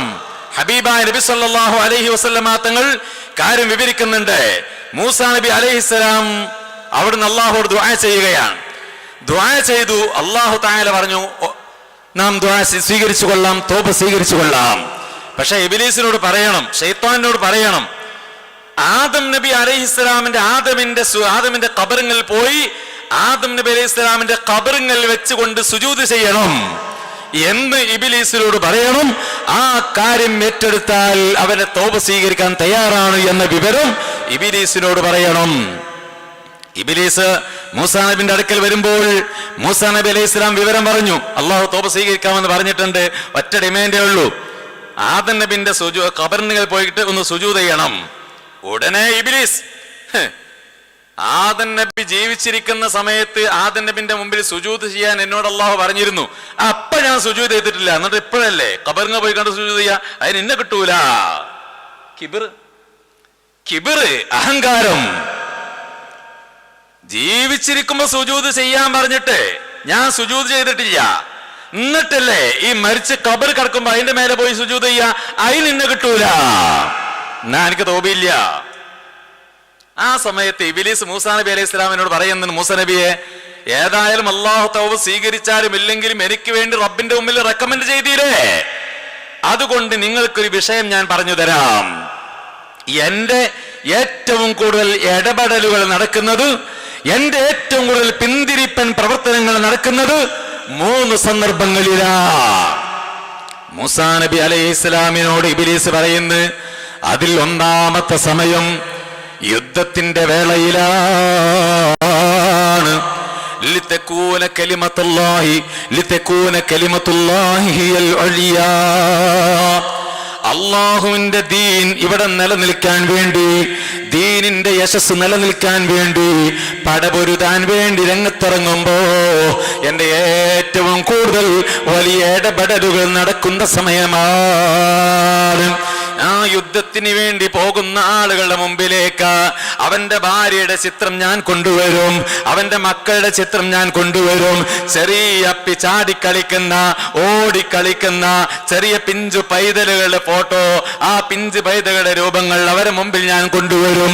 അവരെ സാമ്പത്തിക സ്രോതസ്സുകൾ അവരെ മുമ്പിൽ ഞാൻ കൊണ്ടുവരും. അവരെ കുടുംബത്തിന്റെ വിവരം ഞാൻ കൊണ്ടുവരും. അങ്ങനെ അതിനോട് അവർക്ക് താല്പര്യമുണ്ടാക്കും. യുദ്ധത്തിൽ പിന്തിരിപ്പിക്കാൻ ഏറ്റവും കൂടുതൽ ഞാൻ ശ്രമിച്ചുകൊണ്ടിരിക്കും. എന്റെ ഏറ്റവും കൂടുതൽ ദുർബോധനം നടക്കുന്ന സമയം ഒന്നാമത്തത് അതാണ്. രണ്ടാമത്തെ സമയം വിശദീകരിക്കാൻ സമയമില്ല. രണ്ടാമത്തെ സമയം ഇബ്ലീസ് പറയുകയാണ്, എന്റെ രണ്ടാമത്തെ ഏറ്റവും കൂടുതൽ ദുർബോധനം നടക്കുന്ന സമയം ദേഷ്യം പിടിക്കുന്ന സമയത്താണ്. ഒരാൾക്ക് ദേഷ്യം പിടിക്കുന്ന സമയത്ത് ഞാൻ അവനെ ഏറ്റവും കൂടുതൽ പിന്തിരിപ്പിക്കുന്ന പ്രവർത്തനം, അവനെ ഏറ്റവും കൂടുതൽ നല്ലതിൽ നിന്ന് പിന്തിരിപ്പിക്കുന്ന പ്രവർത്തനങ്ങളും ദുർബോധനം നടത്തുന്ന ഒരു സമയവും ഉണ്ടാകുന്നത് ദേഷ്യം പിടിക്കുന്ന സമയത്താണ്. അതുകൊണ്ടാണ് നമുക്കറിയാമല്ലോ, ഒരാൾ ദേഷ്യം പിടിച്ചാല് എന്തൊക്കെയാണ് അവന്റെ വായിലൂടെ വരുന്നത് എന്ന് പറയാൻ പറ്റൂല, എന്തൊക്കെയാണ് ചെയ്യുന്നത് എന്ന് പറയാൻ പറ്റൂല, എന്തൊക്കെയാണ് സംഭവിക്കുന്നത് എന്ന് പറയാൻ പറ്റൂല. പലപ്പോഴും നമ്മൾ പറയാറുണ്ട്, ദേഷ്യം പിടിക്കുന്ന സമയത്ത് അവന്റെ വായിലൂടെ വൃത്തികെട്ട വാക്കുകൾ ഇങ്ങനെ വരുമ്പോ അവന്റെ തൊള്ളിയുന്നത് വരുന്ന നമ്മൾ കരുതിയതല്ല. നമ്മൾ പറഞ്ഞില്ലേ, ഓന്റെ തൊള്ളിന്ന് വരുന്ന ഞാൻ കരുതിയിട്ടില്ല, എന്റെ തൊള്ളിന്ന് അങ്ങനെയൊക്കെ ഒരു വാക്ക് വരുമെന്ന് നമ്മൾ കരുതിയിട്ടില്ല, ഈ അങ്ങനെ പറയുമെന്ന് നമ്മൾ വിചാരിച്ചിട്ടില്ല എന്ന് സാധാരണ നമ്മൾ പറയാറുണ്ട്. അത് പറയാൻ വിചാരിച്ചോന്നല്ല, പറയാൻ വിചാരിച്ചതല്ല. കൽബ് എന്നതിന്റെ അർത്ഥം അവൻ പറയാറില്ല. ആ നിലക്ക് സൂക്ഷ്മതയുള്ള ആണാണെങ്കിലും ദേഷ്യം പിടിക്കുന്ന സമയത്ത് ഇബ്നുൽ കൽബേ എന്നും പറഞ്ഞിട്ടാ തുടങ്ങലുണ്ടാകുക, തുണിയുടെ അടിയിലുള്ള വസ്തുക്കൾ പറഞ്ഞുകൊണ്ടാ ശകാരിക്കലുണ്ടാകുക. എന്റെ കാരണം ദേഷ്യം പിടിക്കുന്ന സമയത്ത് സംസാരിച്ചാൽ ലക്കും ലഗാനമില്ലാതെ സംസാരിക്കേണ്ട വേർഡ്സുകൾ, അതിന്റെ പദങ്ങൾ അവന്റെ ഹൃദയത്തിലേക്ക് ശൈത്താൻ ഇട്ട് കൊടുക്കും. അത് പറയാൻ അവർ താല്പര്യം കൊടുക്കും, അത് പറയാനുള്ള ആവേശം കൊടുക്കും. ഒന്ന് പറയുമ്പോൾ ഇങ്ങനെ വരസി കൊടുക്കും, രണ്ടാളുകൾ തർക്കം കൂടുമ്പോൾ ഇങ്ങനെ വരസി കൊടുക്കൂലേ, രണ്ടാൾ തമ്മിൽ തർക്കം കൂട്ടാൻ വേണ്ടിയിട്ട് ഇപ്പണി ചെയ്യും ഇബ്ലീസ്. അതുകൊണ്ടാണ് ഹബീബായ നബി തങ്ങൾ പറഞ്ഞത്, ദേഷ്യം പിടിക്കുന്ന സമയത്ത് നിങ്ങൾ മിണ്ടാതിരിക്കണം. മുത്തനബിന്റെ മുമ്പിൽ വന്നിട്ട് ഒരാൾ ചോദിക്കുന്നുണ്ട്, ഔസിനി നബിയെ, എന്നോട് നിങ്ങൾ ഒരു ഉപദേശം പറയണം, എനിക്കൊരു ഉപദേശം നൽകണം. ഹബീബായ നബി തങ്ങൾ പറയുന്നു, ലാ തഗ്ളബ്, എനിക്ക് പറയാനുള്ള ഉപദേശം അതാണ്, ലാ തഗ്ളബ്, ദേഷ്യം പിടിക്കരുത്. വീണ്ടും ആ വന്ന സഹാബി പറഞ്ഞു, ഔസിനി, അതിനേക്കാളും നല്ല ഒരു ബെറ്ററായ ഉപദേശമാണ് ഞാൻ ഉദ്ദേശിക്കുന്നത്. അപ്പോഴും നബി തങ്ങൾ പറയുന്നു, ലാ തഗ്ളബ്, നീ ദേഷ്യം പിടിക്കരുത്. മൂന്നാമതും ചോദിക്കുന്നു, ഔസിനി, ഹബീബായ മുഹമ്മദുർ റസൂലുള്ളാഹി സ്വല്ലല്ലാഹു അലൈഹി വസല്ലം, ലാ തഗ്ളബ്, നീ ദേഷ്യം പിടിക്കരുത്. ഒരുപാട് ആളുകൾ വന്ന് ഉപദേശം തേടാറുണ്ട്. ആരാണോ വരുന്നത് അവരുടെ അഭിരുചി മനസ്സിലാക്കിക്കൊണ്ടാണ് ഓരോരുത്തർക്കും ഉപദേശം ചെയ്തു കൊടുക്കാറുള്ളത്. നീട്ടുന്നില്ല, ദേഷ്യം പിടിക്കരുത് എന്നാ നബി തങ്ങൾ പറഞ്ഞത്. അതുകൊണ്ട് ദേഷ്യം പിടിച്ചാൽ ആ സമയത്ത് സംസാരിക്കാൻ പാടില്ല. ദേഷ്യം പിടിക്കുമ്പോൾ നിൽക്കുകയാണോ നിങ്ങൾ ഇരിക്കണമെന്ന്, നിങ്ങൾ ഇരിക്കുകയാണോ കടക്കണമെന്ന് ഹബീബുനാ മുഹമ്മദുർ റസൂലുള്ളാഹി. എങ്ങനെയെങ്കിലും ദേഷ്യമില്ലാതെയാക്കാൻ നോക്കണം. മൂന്നാമത്തെ സന്ദർഭം ഇബ്ലീസ് പറയാണ്, ഞാൻ ഏറ്റവും കൂടുതൽ പഴപ്പിക്കുന്ന മൂന്നാമത്തെ സമയം സ്ത്രീകളുമായി ബന്ധപ്പെട്ട വിഷയത്തിലാണ്. ഒരു പെണ്ണിനെ നോക്കുമ്പോൾ, ഒരു അന്യ പെണ്ണിനെ നോക്കുമ്പോൾ, ഒരു അന്യ പെണ്ണിനോട് സംസാരിക്കുമ്പോൾ, അത് നേർക്ക് നേർ സംസാരിക്കുകയാണെങ്കിലും ഫോണിലൂടെ സംസാരിക്കുകയാണെങ്കിലും ചാറ്റിങ്ങിലൂടെയാണെങ്കിലും ഏത് രൂപത്തിലൂടെയാണെങ്കിലും ഒരു പെണ്ണുമായി ബന്ധപ്പെട്ട വിഷയങ്ങളിൽ ഞാൻ ഏറ്റവും കൂടുതൽ അവന് ദുർബോധനം നടത്തിക്കൊണ്ടിരിക്കും. അവന് ആ പെണ്ണിനെ വശീകരിക്കാൻ ഏതെല്ലാം ചക്കര വർത്തമാനങ്ങൾ പറയണോ അതൊക്കെ അവന്റെ മനസ്സിലേക്ക് ഞാൻ തോന്നിപ്പിച്ചു കൊടുക്കും. എങ്ങനെയെല്ലാം ആ പെണ്ണിനെ തന്നിലേക്ക് ആകർഷിക്കണമോ അതിന്റെ ശൈലികൾ ഞാൻ പറഞ്ഞു കൊടുക്കും. ആ പെണ്ണിനും ഇവനും ഒരുമിച്ച് കൂടാനുള്ള സാഹചര്യം ഞാൻ ഒരുക്കി കൊടുക്കും. ആ നിലക്ക് പെണ്ണുമായി ബന്ധപ്പെട്ട വിഷയത്തിൽ ഞാൻ ഏറ്റവും കൂടുതൽ ദുർബോധനം നടത്തുമെന്ന് ഇബ്ലീസ് കലിമുല്ലാഹി മൂസ അലൈഹിസ്സലാമിനോട് പറഞ്ഞു കൊടുക്കുകയാണ്. ഈ ഇബ്ലീസ് വന്നിട്ട് മഹാന്മാരായ സ്വഹാബികളെ ഇങ്ങനെ പിന്തിരിപ്പൻ പ്രവർത്തനങ്ങൾ നടത്തുകയാണ്. ആ സമയത്താണ് സുബ്ഹാനല്ലാഹ് അള്ളാഹുവിന്റെ ഭാഗത്തിൽ നിന്ന് വീണ്ടും അള്ളാഹുവിന്റെ റഹ്മത്ത് വരുന്നു, അനുഗ്രഹം വരുന്നു, നല്ല സുന്ദരമായ മഴ. സ്വഹാബികൾ താമസിക്കുന്ന ഭാഗത്ത് നല്ല മഴ വർഷിക്കുകയാണ്. വയുനസ്സിലു അലൈക്കും മിനസ്സമായി മാഅൻ ലിയുതഹിറകും വയദ്ഹിബ അൻകും റിജ്സ ശൈത്താൻ വലിയർബിത അലാ ഖുലൂബികും വയസബ്ബിത ബിഹിൽ അഖ്ദാം. പരിശുദ്ധ ഖുർആൻ. അല്ലാഹു തആല നിങ്ങളുടെ മേൽ മഴ വർഷിപ്പിച്ചു തന്നു. എന്തിനു വേണ്ടിയാണ്? ലിയുതഹിറകും, നിങ്ങൾക്ക് ശുദ്ധീകരണം വരുത്താൻ വേണ്ടിയാണ്. ജനാബത്തില്ലേ, കുളിക്കാൻ വേണ്ടിയാണ്, അംഗശുദ്ധി വരുത്താൻ വേണ്ടിയാണ്. ലാഹിരിയും ആന്തരികമായ പുറമെയുള്ള ആന്തരികവും ബാഹ്യവുമായ ശുദ്ധീകരണം വരുത്താനാണ്.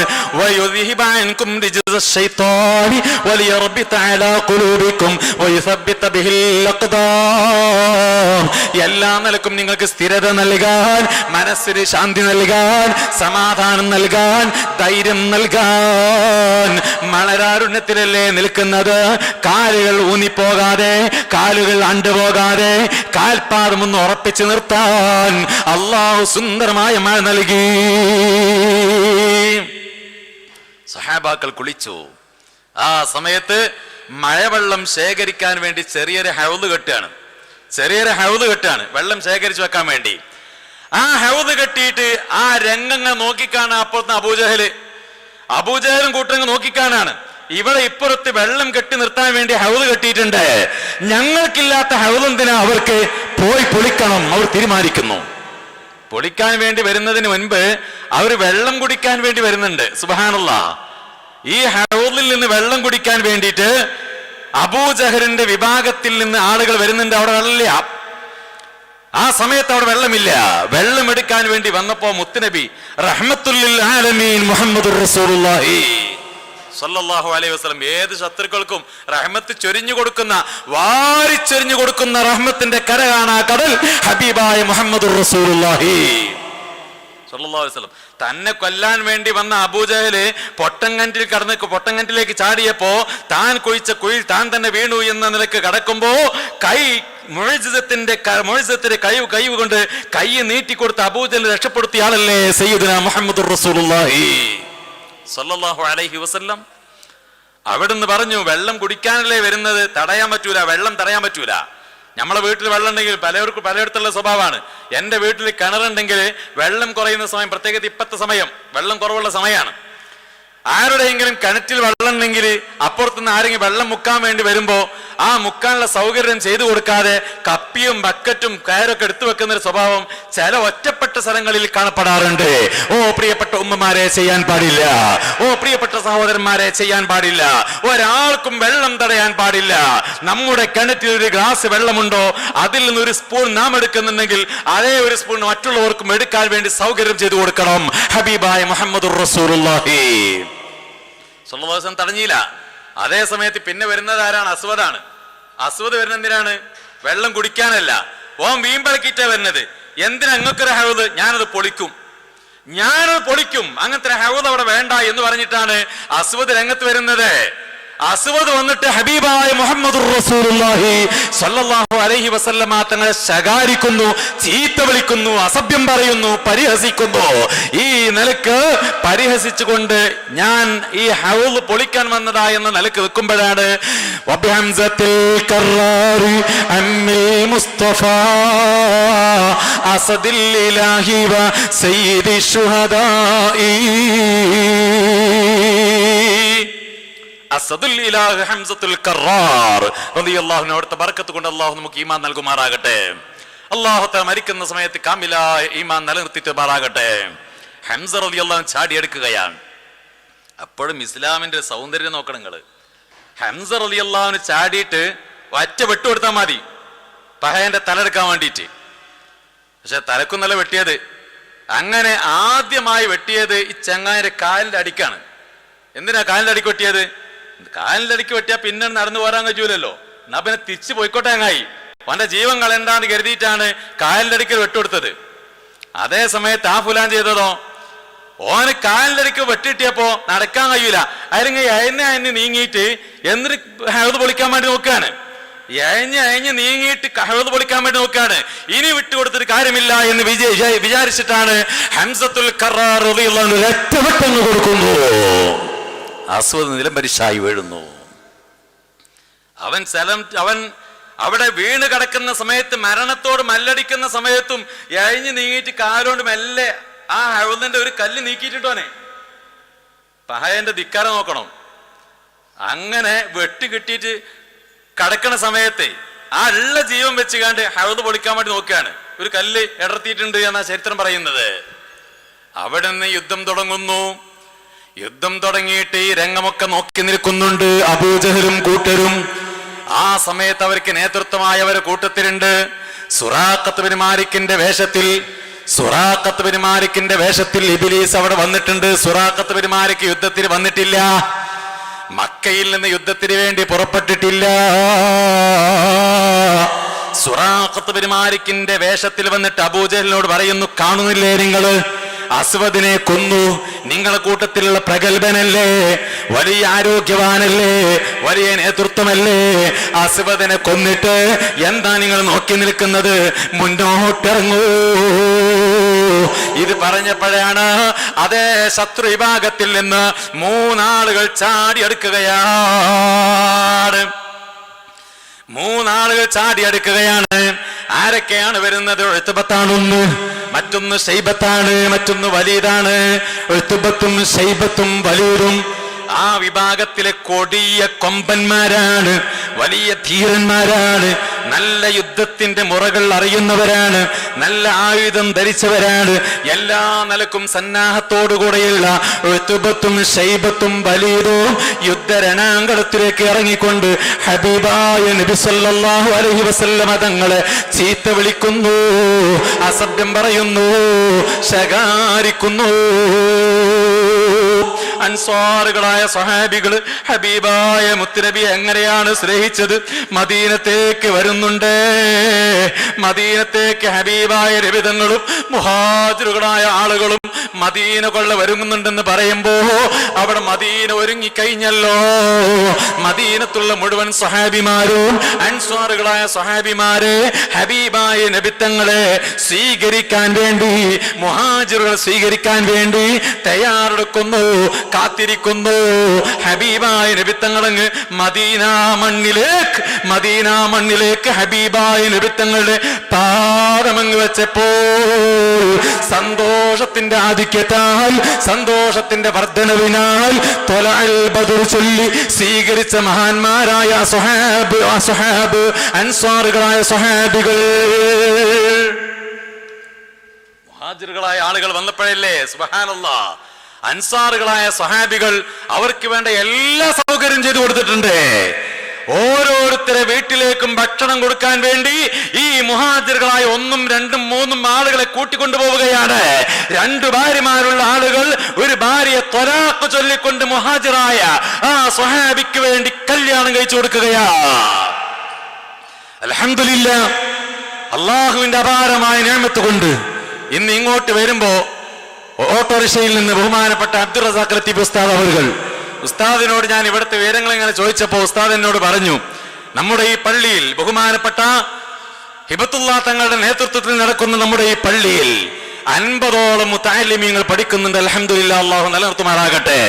ഇനിയും ഒരുപാട് നൂറുകണക്കായ ആലിമീങ്ങളെ വാർത്തെടുക്കാൻ അല്ലാഹു തൗഫീഖ് നൽകുമാറാകട്ടെ. 50ഓളം മുതഅല്ലിമീങ്ങൾ പഠിക്കുന്ന ദർസ് എന്നൊക്കെ പറഞ്ഞാല് ഇപ്പൊ പരിസരത്ത് കാണാൻ പ്രയാസാണ്. ആരും ദർസ് രംഗത്തേക്ക് ഇറങ്ങി വരാത്ത ഭീകരമായ വല്ലാത്തൊരവസ്ഥയെ കാണാൻ കഴിയുന്നത്. അതുകൊണ്ട് തന്നെ നാട് വ്യാപകമായി ഒരുപാട് പ്രശ്നങ്ങളും പ്രയാസങ്ങളും കൊലപാതകങ്ങളും അക്രമങ്ങളും അനാചാരങ്ങളും നടമാടിക്കൊണ്ടിരിക്കുകയാ. ഇനി എവിടെങ്കിലും ദർസ് ഉണ്ടെങ്കിലോ ഒരു 4, 5, 10 കുട്ടികളുണ്ടെങ്കിൽ പിന്നെ അവിടെ ക്യാൻറ്റീൻ സംവിധാനമാണ്.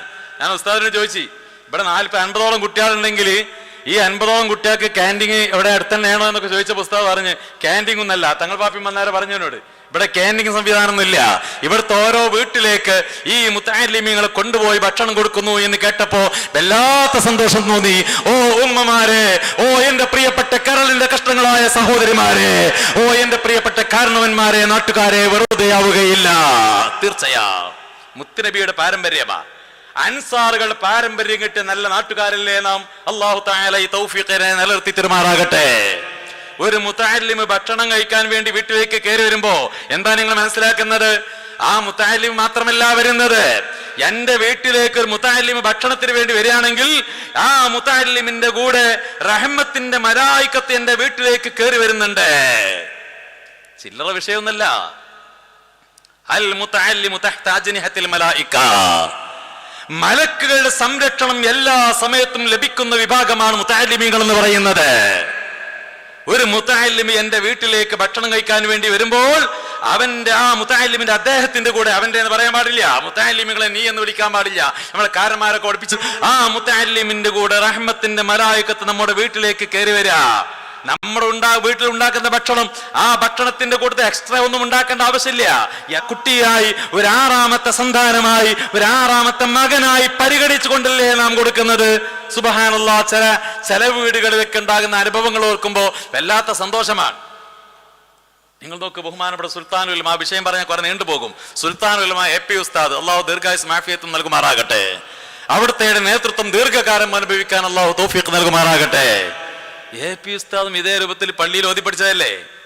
ബഹുമാനപ്പെട്ട ബദർ സാദാത്ത്, ഖലീൽ തങ്ങൾ ഉസ്താദ്, സുലൈമാൻ ഉസ്താദ്, പേരോട് ഉസ്താദ് അടക്കം എല്ലാ ഉസ്താദുമാരും ഏതോ സ്ഥലത്ത് പോയി ഓതി പഠിച്ച ആളുകളാണ്.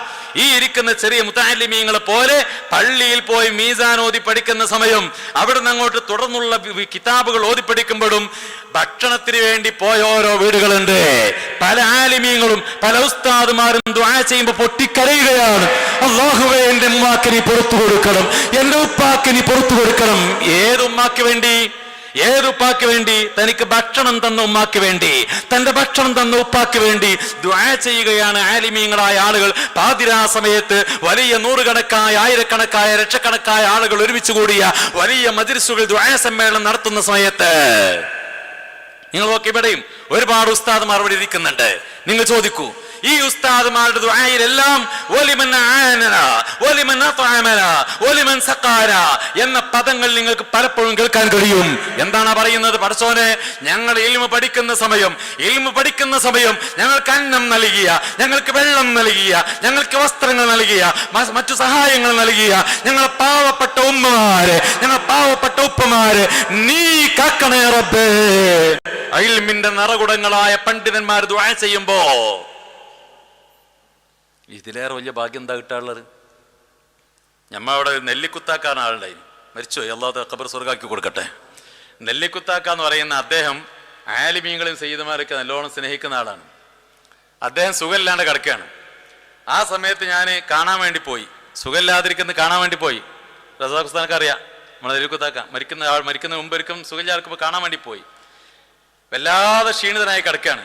അപ്പം ഞാൻ ഇരുത്തിന്നിങ്ങനെ ദ്വാരന്ന് അങ്ങനെ മന്ത്രിച്ചു കൊടുത്ത് അങ്ങനെ സമാധാനിപ്പിക്കുകയാണ്. ഞാനിങ്ങനെ സമാധാനിപ്പിക്കാൻ, രോഗിയെ കിടക്കല്ലേ, നമുക്ക് ചെയ്യാൻ പറ്റുന്ന ഏറ്റവും വലിയ സംഗതിയാണ് രോഗിൻ്റെ അടുത്തൊന്ന് പോവുക, ഒന്ന് സമാധാനിപ്പിക്കുക എന്ന് പറഞ്ഞാൽ വലിയ സംഗതിയാണ്. ഏതായാലും അങ്ങനെ പറഞ്ഞപ്പോൾ അദ്ദേഹം എന്നോട് പറഞ്ഞൊരു വാക്കുണ്ട്, ഞാൻ നെട്ടിപ്പോയി. അദ്ദേഹം എന്നോട് പറയാൻ, കുട്ടിയെ ചിലപ്പോൾ നാട്ടിൻ്റെ അയൽവാസിയാണ്, കുട്ടിയെ ഞമ്മക്കെന്താ പേടിക്കാൻ? ഞമ്മക്കൊന്നും പേടിക്കാനില്ല. ഞാൻ സുഖമില്ലാതെ ഇവിടെ ഈ വീട്ടിൽ പാതിരാ സമയത്ത് കിടക്കുമ്പോൾ, അല്ലെങ്കിൽ എനിക്ക് എന്തെങ്കിലും അസുഖം വന്നിട്ട് ഞാൻ ഇവിടെ കിടക്കുമ്പോൾ രാത്രിയാകുമ്പോൾ നമ്മൾ കടന്നുറങ്ങുകയാണ്. നമ്മളൊക്കെ കൂർക്കം വലിച്ച് നല്ല പുതപ്പും മൂടിയിട്ട് സുഖമായി കടന്നുറങ്ങുമ്പോൾ രാത്രി ഉറക്കമൊഴിച്ചിട്ട് ആയിരങ്ങൾ ഒരുമിച്ച് കൂട്ടിയിട്ട് ഞമ്മക്ക് വേണ്ടി ദ്വാരക്കുന്ന, നമ്മൾ ഉറങ്ങുമ്പോൾ ഞമ്മക്ക് വേണ്ടി ഉണർന്നിരുന്ന് ദ്വാ ചെയ്യുന്ന ഖലീൽ തങ്ങൾ ബാബ നമ്മളെ കൂട്ടത്തിലില്ലേ? ഉസ്താദ് നല്ല സ്നേഹിക്കുന്ന ആളാണ് പേര്. എത്ര വലിയൊരു വാക്കാണ്, നിങ്ങൾ ആലോചിച്ച് നോക്കി. സത്യം തന്നെയല്ലേ ഇത്? നമ്മൾ രാത്രി കടന്നുറങ്ങുകയാണ്. നമ്മൾ ഇൽമു പഠിക്കാൻ വേണ്ടി വന്ന മുതഅല്ലിമീങ്ങൾ ഭക്ഷണം കൊടുത്ത് അവരൊക്കെ അന്ന് പഠിച്ച് വലിയ ഉയർന്ന സ്ഥാനത്തെത്തിയിട്ട് അവരേതോ സ്ഥലങ്ങളിൽ പോയി ദുആ ചെയ്യുമ്പോൾ നമുക്ക് വേണ്ടി ദ്വാരക്കാണ്. നമ്മൾ കടന്നുറങ്ങുമ്പോൾ നമ്മുടെ രക്ഷയ്ക്ക് വേണ്ടി ദുആ ചെയ്യുന്ന വിഭാഗമാ. വല്ലാത്ത തൗഫീഖല്ലേ അത്. കൂട്ടത്തിൽ ഞാൻ ഓർമ്മപ്പെടുത്തട്ടെ, നേരത്തെ പറഞ്ഞല്ലോ, അൽഹംദുലില്ലാഹ് 50ഓളം മുതഅല്ലിമീങ്ങൾ പഠിക്കുന്ന നല്ലൊരു ദർസ്, നല്ല ഉഖ്റവിയായ മുതഅല്ലിമീങ്ങളെ വാർത്തെടുക്കുന്ന ദർസായി ദർസയെയും നമ്മുടെ എല്ലാ ദർസുകളെയും അല്ലാഹു തആല ഖബൂൽ ചെയ്യുമാറാകട്ടെ. എന്റെ പ്രിയപ്പെട്ട ഉമ്മമാരെ, എന്റെ പ്രിയപ്പെട്ട രക്ഷിതാക്കളെ, നമ്മുടെ മക്കളുടെ കാര്യത്തിൽ നല്ലവണ്ണം ശ്രദ്ധിക്കണം കേട്ടോ, നല്ലോണം ശ്രദ്ധിക്കണം. നമ്മുടെ മക്കൾ, അല്ലാഹു നമുക്ക് 3 മക്കൾ നൽകിയെങ്കിൽ 4ഓ 5ഓ മക്കൾ നൽകിയെങ്കിൽ നമ്മുടെ മക്കൾക്ക് ഇൽമ് പഠിപ്പിച്ചു കൊടുക്കാൻ, ഇൽമ് നുകർന്നു കൊടുക്കാൻ ഓ ഉമ്മമാരെ നിങ്ങൾ ആ ഭാഗത്തേക്ക് ശ്രദ്ധ ചെലുത്തേണ്ടതുണ്ട്. എത്രാം ക്ലാസ് വരെ മദ്രസയിൽ പഠിച്ചു? മദ്രസയിൽ 5ാം ക്ലാസ് വരെ പഠിച്ചു, 6ാം ക്ലാസ് വരെ പഠിച്ചു, 7ാം ക്ലാസ് വരെ പോയി. പിന്നെ പോയിട്ടില്ല. പെൺകുട്ടി വലിയ കുട്ടിയായി പോയി, പിന്നെ പോകാൻ കഴിയുന്നില്ല. ആൺകുട്ടികളോ 7ാം ക്ലാസ് പരീക്ഷയിൽ തോറ്റതാണ്, പിന്നെ പോകാൻ മടിയാണ്, പോകുന്നില്ല. ഉമ്മാക്കോ ഉപ്പാക്കോ നിർബന്ധിച്ച് പറഞ്ഞേക്കാനോ മദ്രസയിലെ അത്രയൊക്കെ മതി. അതേ സമയത്ത് SSLC പരീക്ഷ വരാനിരിക്കും. SSLC പരീക്ഷ എടുക്കുന്ന സമയത്ത് നമുക്കെല്ലാം ബേജാറാണ്, പേടിയാണ്. ഈ മക്കളെ പറഞ്ഞ് പേടിപ്പിച്ചിട്ട് എഴുതാൻ പഠിച്ചതുപോലും എഴുതാൻ കിട്ടാത്തൊരവസ്ഥ അവർക്ക് വരികയാണ്.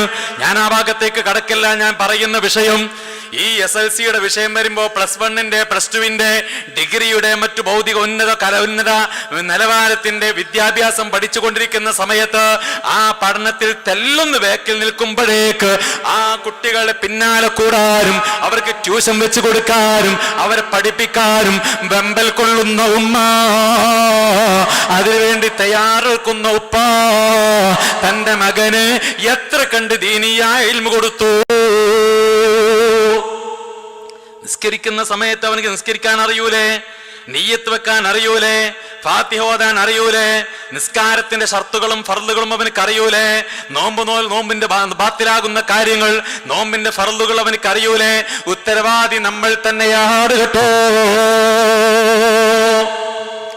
എന്തൊക്കെ ഭീകരമായ കാര്യങ്ങളായെന്ന് കേട്ടുകൊണ്ടിരിക്കുന്നത്. പത്രങ്ങൾ വായിച്ചു നോക്കിയാല്, മറ്റു വാർത്താ മീഡിയകൾ തുറന്നു നോക്കിയാല്, സോഷ്യൽ മീഡിയ തുറന്നു നോക്കിയാല് നെഞ്ച് പിളർക്കാതെ കാണാൻ കഴിയൂല. 10 മാസം ഗർഭം ചുമന്ന് 10 മാസം ഗർഭം ചുമന്നിട്ട് പ്രസവിച്ച തൊന്റെ പൊന്നോമന മകൻ, ആ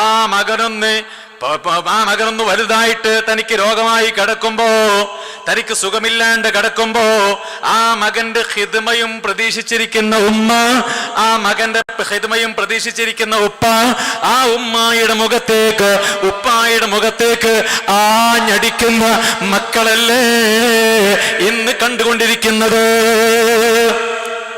ഉമ്മായെ കത്തിയെടുത്ത് കുത്തുകയാണ്, ഉപ്പയെ റോഡ് സൈഡിലേക്ക് തള്ളിയിടുകയാണ്. എവിടുന്ന് ഈ മക്കൾക്ക് ഇത്ര ധൈര്യം വന്നത്? എവിടുന്ന് കിട്ടി ഈ മക്കൾക്ക് ഈ ധൈര്യം? മദ്രസയിൽ 7ാം ക്ലാസ് കഴിഞ്ഞാൽ അവന് പറഞ്ഞേക്കാൻ പ്രയാസാണ്. ഇനി അഥവാ ഞാൻ ആ വിഷയം പറയുമ്പോൾ കുറെ വൈകിപ്പോവും. അഥവാ മദ്രസയിൽ നിന്ന് ഉസ്താദുമാര് അവർക്ക് മര്യാദ പഠിപ്പിച്ചു കൊടുത്തിരിക്കുമ്പോ, അഥവാ പഠിപ്പിച്ചു കൊടുക്കുമ്പോ എന്തെങ്കിലും ഒന്ന് ചീത്ത പറഞ്ഞാല് ഒരു വടിയെടുത്തൊന്ന് അടിച്ചാൽ മതി, പോയി പ്രശ്നമായി. പിന്നെ ഒന്നായിട്ട് ഈ ഇളകി വരികയാണ്. ആരെടുത്തേക്കായി ഇളകി വരുന്നത്? അദബ് പഠിപ്പിക്കാൻ വേണ്ടി ഉസ്താദിന്റെ മുമ്പിലേക്കാണോ ഈ വരുന്നത്? എന്തൊരു വേദനാജനകമായ അവസ്ഥയാണെന്ന് കണ്ടുകൊണ്ടിരിക്കുന്നത്. സുബ്ഹാനല്ലാഹ്. അദബ് പഠിപ്പിച്ചു കൊടുക്കുന്ന ഇൽമു പറഞ്ഞു കൊടുക്കുന്ന ഈ ഉസ്താദിന്റെ മുമ്പിലേക്ക് യാതൊരു കൂശലമില്ലാതെ ശകാരിക്കാനും ചീത്ത പറയാനും വേണ്ടി മുന്നോട്ട് വരുന്നുണ്ടോ? ഒരു കാര്യം ഉറപ്പിച്ചു വെച്ചോളൂ, ഈ മക്കളെ കൊണ്ട് പാഠം പഠിക്കാതെ ദുന്യാവൊന്നും പോകാൻ കഴിയൂല. ഇൽമാണ് എന്താ നിങ്ങൾ മനസ്സിലാക്കിയിട്ടുള്ളത്? അതുകൊണ്ട് നല്ലവരായ ഉമ്മമാരോട്, നല്ലവരായ സഹോദരന്മാരോട് ഓർമ്മപ്പെടുത്തുന്നു, നമ്മുടെ മക്കളെ മുതഅല്ലിമാക്കാൻ കഴിഞ്ഞോ ഏറ്റവും നല്ല കാര്യമാണ്. അതുകൊണ്ടാണ് ബഹുമാനപ്പെട്ട ഇമാമു ദാരിൽ ഹിജ്റ ഇമാം മാലിക് റളിയല്ലാഹു അൻഹു തങ്ങളുടെ ദർസിലേക്ക് ഇൽമു പഠിക്കാൻ വേണ്ടി വന്ന മറ്റൊരു ഇമാമിനോട് പറഞ്ഞു കൊടുക്കാണ്, ഓ മോനെ, ഇൽമു പഠിക്കാൻ വേണ്ടി ദർസിൽ ചേരാൻ ചെന്നതാ. ദർസിൽ ചേരാൻ വേണ്ടി ചെന്നപ്പോ ആ കുട്ടിയോട് ഇമാം മാലിക് തങ്ങൾ പറയാണ്, മോനെ, നീ നല്ല നിലക്ക് ഇൽമു പഠിക്കണം. എന്റെ മുമ്പിലിരിക്കുന്ന മുതഅല്ലിം സഹോദരന്മാരുണ്ട്, ഇൽമിൽ നിന്ന് ഒരിക്കലും തെന്നിമാറാൻ പാടില്ല. അള്ളാഹു നമുക്ക് നൽകിയ വലിയ അനുഗ്രഹമാണ്. ആ മോനോട് ഇമാം മാലിക് തങ്ങൾ പറയാണ്, മോനെ, നീ ഇൽമു പഠിക്കാൻ വേണ്ടി ഇറങ്ങുന്നത് അള്ളാഹു നൽകിയ തൗഫീഖാണ്. ഒരിക്കലും മാറി നിൽക്കരുത്. എന്ത് പ്രതിസന്ധി വന്നാലും, എന്തു പ്രയാസം വന്നാലും, എന്തൊക്കെ പ്രയാസഘട്ടങ്ങളിൽ നിന്ന് അഭിമുഖീകരിച്ചാലും നീ ഇൽമു രംഗത്തിൽ നിന്ന് മാറി നിൽക്കരുത് എന്ന് പറഞ്ഞിട്ട് പറയാണ്. മുമ്പൊരു കുട്ടി ഓതാൻ വന്നിരുന്നു, ദർസിലേക്ക് മുമ്പൊരു കുട്ടി ഓതാൻ വേണ്ടി വന്നിരുന്നു. ആ മുതഅല്ലിമ് നല്ല മുതഅല്ലിമായിരുന്നു. ആ മുതഅല്ലിമായി പഠിച്ചു കൊണ്ടിരിക്കുമ്പോൾ ഒരു സമയത്ത് ദർസിൽ ഓതിക്കൊണ്ടിരിക്കുമ്പോ പെട്ടെന്ന് ആ കുട്ടിക്ക് രോഗം വന്നു. ആ കുട്ടി ദുന്യാവിനോട് വിട പറഞ്ഞു പോയി. ഇമാമു ദാരിൽ ഹിജ്റ സയ്യിദുനാ ഇമാം മാലിക് റളിയല്ലാഹു അൻഹു പറയാണ്, ആ കുട്ടി അങ്ങ് മരിച്ചപ്പോൾ ഞാൻ അന്ന് വരെ കണ്ടിട്ടില്ലാത്ത വലിയ വിഭാഗം ആളുകൾ അവിടെ ഒരുമിച്ച് കൂടി. എവിടെ നിന്നെല്ലാമാണ് ഇമാമുകൾ വന്നത്? ലോക പ്രശസ്തരായ ആലിമീങ്ങള്, ലോക പ്രശസ്തരായ ഇമാമുകൾ രാജ്യത്തിന്റെ വിവിധ ഭാഗങ്ങളിൽ നിന്ന് ഈ വിവരം അറിഞ്ഞു ഓടിയെത്തിയിട്ടുണ്ട്. അങ്ങനെ ഏതാ ഇത്രയും വലിയ ജനാവലി ഒരു മയ്യിത്തിന്റെ സംസ്കരണ പരിപാടിയിൽ പങ്കെടുത്തത് മറ്റൊരുത്തരെയും ഞാൻ കണ്ടിട്ടില്ല എന്ന് പറഞ്ഞിട്ട് പറയാണ്. ആ മുത്തഅല്ലിം കുട്ടിയുടെ ജനാസയും വഹിച്ചിട്ട് മയ്യിത്ത് കട്ടിൽ ഇങ്ങനെ കൊണ്ടുപോകുമ്പോൾ ഇമാമുകളാണ് ആ മയ്യിത്ത് കട്ടിൽ പിടിക്കുന്നത്. പണ്ഡിതന്മാരാണ്, മല പോരോത്ത പണ്ഡിതന്മാരാണ്. പണ്ഡിതന്മാർ പിടിക്കുന്നു എന്ന് മാത്രമല്ല, ഒരാൾ പിടിച്ച് ഒരല്പസമയം കഴിയുമ്പോഴേക്ക് മറ്റൊരു ഇമാമ് വരുന്നു. ഞാനൊന്ന് പിടിക്കട്ടെ, ഞാനൊന്ന് പിടിക്കട്ടെ, ഞാനൊന്ന് പിടിക്കട്ടെ. ഇമാമുമാര് ആ മയ്യത്തിന്റെ കട്ടിൽ പിടിക്കാൻ വേണ്ടി തിരക്ക് കൂട്ടുന്നു. ഇൽമു പഠിക്കുമ്പോ മരിച്ചു പോയപ്പോൾ അവർക്കുള്ള സ്ഥാനമാണ്. ഇമാം മാലിക് റളിയല്ലാഹു അൻഹു വിശദീകരിക്കുന്നുണ്ട്. അതുകൊണ്ട് ഇൽമു പഠിക്കാൻ വേണ്ടി നമ്മുടെ മക്കൾ നാം പറഞ്ഞേച്ചാൽ ഒരു കാര്യം ഉറപ്പിച്ചോ, ദുനിയാവ് രക്ഷപ്പെടാം, ആഖിറവും ഇൻഷാ അല്ലാഹ് രക്ഷപ്പെടാൻ കഴിയും കേട്ടോ. ഹബീബായ മുഹമ്മദുർ റസൂലുള്ളാഹി സ്വല്ലല്ലാഹു അലൈഹി വസല്ലം തങ്ങൾ പറയുന്നുണ്ട്, ഇദജ്തമഅൽ ആലിമു വൽ ആബിദു അല സിറാത്ത്. സിറാത്ത് പാലത്തിന്റെ മുമ്പിൽ, നേർമയോടെ നിൽക്കുന്ന സിറാത്ത് പാലത്തിന്റെ മുമ്പിൽ, വർഷങ്ങളോളം വിട്ട് കിടക്കേണ്ട സിറാത്ത് പാലത്തിന്റെ മുമ്പിൽ ഒരു വിഭാഗം ആളുകൾ മുഴുവൻ നഷ്ടപ്പെട്ടു പോകുന്ന, പരാജയപ്പെട്ടു പോകുന്ന, ആ നരകത്തിന്റെ ആയിലേക്ക് വീണു പോകുന്ന സിറാത്ത് പാലത്തിന്റെ മുമ്പിൽ ആലിമീങ്ങളെയും ആബിദീങ്ങളെയും ഇബാദത്ത് ചെയ്യുന്ന ആളുകളെയും ഒരുമിച്ച് കൂട്ടപ്പെട്ടാൽ, ആബിദീങ്ങളായ ഇബാദത്ത് ചെയ്ത് ജീവിക്കുന്ന ആളുകളോട് അള്ളാഹുവിന്റെ ഓർഡർ, ഓ നിങ്ങൾക്ക് സ്വർഗത്തിലേക്ക് പോകാം, നിങ്ങൾക്ക് സ്വർഗത്തിലേക്ക് പോകാം. അതേ സമയത്ത് ആലിമിനോട് പറയുന്നു, പോകാനായിട്ടില്ല, അവിടെ നിൽക്കണം, അവിടെ നിൽക്കണം, പോകാനായിട്ടില്ല. നിങ്ങൾ അങ്ങനെ ഒറ്റക്ക് സ്വർഗത്തിലേക്ക് പോയാൽ പോരാ. പിന്നെയോ, നിങ്ങൾക്ക് ഇൽമു പഠിക്കാൻ വേണ്ടി സൗകര്യം ചെയ്തു തന്ന, അതിനുവേണ്ടി പ്രചോദനം നൽകിയ, അതിനുവേണ്ടി പറഞ്ഞയച്ച നിന്റെ ഉമ്മയെ, നിന്റെ ഉപ്പയെ, നിന്റെ കൂട്ടുകുടുംബങ്ങളെ, നിനക്ക് ഭക്ഷണം തന്നവരെ, നിനക്ക് വെള്ളം തന്നവരെ, നിനക്ക് വസ്ത്രം നൽകിയവരെ, നിനക്ക് പ്രചോദനം നൽകിയവരെ, അവസരം ഒരുക്കി തന്ന ആളുകളെ എല്ലാവരെയും കൂട്ടിയിട്ട് സ്വർഗത്തിലേക്ക് പോയിക്കോളൂ. അൽഹംദുലില്ലാഹ്. തന്റെ പ്രിയപ്പെട്ട മാതാവിനെ തെരഞ്ഞു നോക്കുകയാണ്, തന്റെ പ്രിയപ്പെട്ട പിതാവിനെ തെരഞ്ഞു നോക്കുകയാ. ആ മകന്റെ ശഫാഅത്ത് കൊണ്ട് രക്ഷപ്പെടാൻ ഇൻഷാ അല്ലാഹ് കഴിയും. അല്ലാഹു തആല നമ്മെ എല്ലാവരും രക്ഷപ്പെടുത്തുമാറാകട്ടെ. അതുകൊണ്ട് ഇൽമിന്റെ വഴിയിലേക്ക് നമ്മുടെ മക്കളെ എല്ലാം പറഞ്ഞയക്കണം. ഇവിടെ നാട്ടിലിപ്പോ അൽഹംദുലില്ലാഹ് 10-50ഓളം മുതഅല്ലിമീങ്ങൾ പഠിക്കുന്നു എന്ന് അറിഞ്ഞല്ലോ. നാട്ടിലത്തെ മുതഅല്ലിമീങ്ങളുടെ അവിടെ, നാട്ടിലത്തെ മുതഅല്ലിമീങ്ങളോ എത്ര ആളുണ്ട്? അൽഹംദുലില്ലാഹ്, വലിയ സംഗതിയാണ്. മുഹാജിറുകളായ ആളുകൾ മദീനയിലേക്ക് മക്കയിൽ നിന്ന് വന്നിട്ട് അവിടെ ഓതി പഠിക്കുമ്പോ അൻസാറുകളായ സഹാബികൾ മുതഅല്ലിമീങ്ങളായി അവിടെ ചേർന്നിട്ടുണ്ട്. മദീനക്കാരായ സ്വദേശി വിദ്യാർത്ഥികൾ മുതഅല്ലിമീങ്ങളായി ദർസിൽ ചേർന്നിട്ടുണ്ട്. ഇവിടെ അൽഹംദുലില്ലാഹ് ഈ 50ഓളം മുതഅല്ലിമീങ്ങളെ കൂട്ടത്തില് 10 മുതഅല്ലിമീങ്ങൾ, 10ഓളം വരുന്ന മുതഅല്ലിമീങ്ങൾ ഈ നാട്ടുകാരാണെന്ന് അറിയുമ്പോൾ വല്ലാത്ത സന്തോഷാണ്. ഞാനും പഠിച്ചത് അങ്ങനെ തന്നെയാണ്.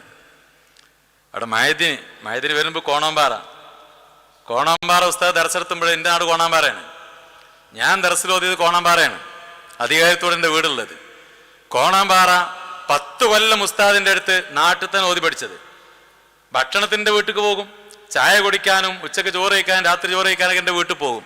എന്നാൽ വീട്ടിൽ പോകാന്ന് കരുതിയിട്ട് വീട്ടിൽ നിൽക്കുക പരിപാടിയൊന്നുമില്ല. മുതഅല്ലിമീങ്ങൾ പോകുന്ന പോലെ ചായ കുടിക്കും, ഭക്ഷണം കഴിക്കും, നേരെ തിരിച്ചു പോരും ചെയ്യും. അങ്ങനെ നാട്ടിൽ ഓതി പഠിച്ചിട്ട്, നാട്ടിൽ ഓതി പഠിച്ചാൽ എന്നോട് പലരും ചോദിക്കലുണ്ട്, നാട്ടിൽ ഓതി പഠിച്ചാൽ മൊയ്ലിയാരാകുമോ?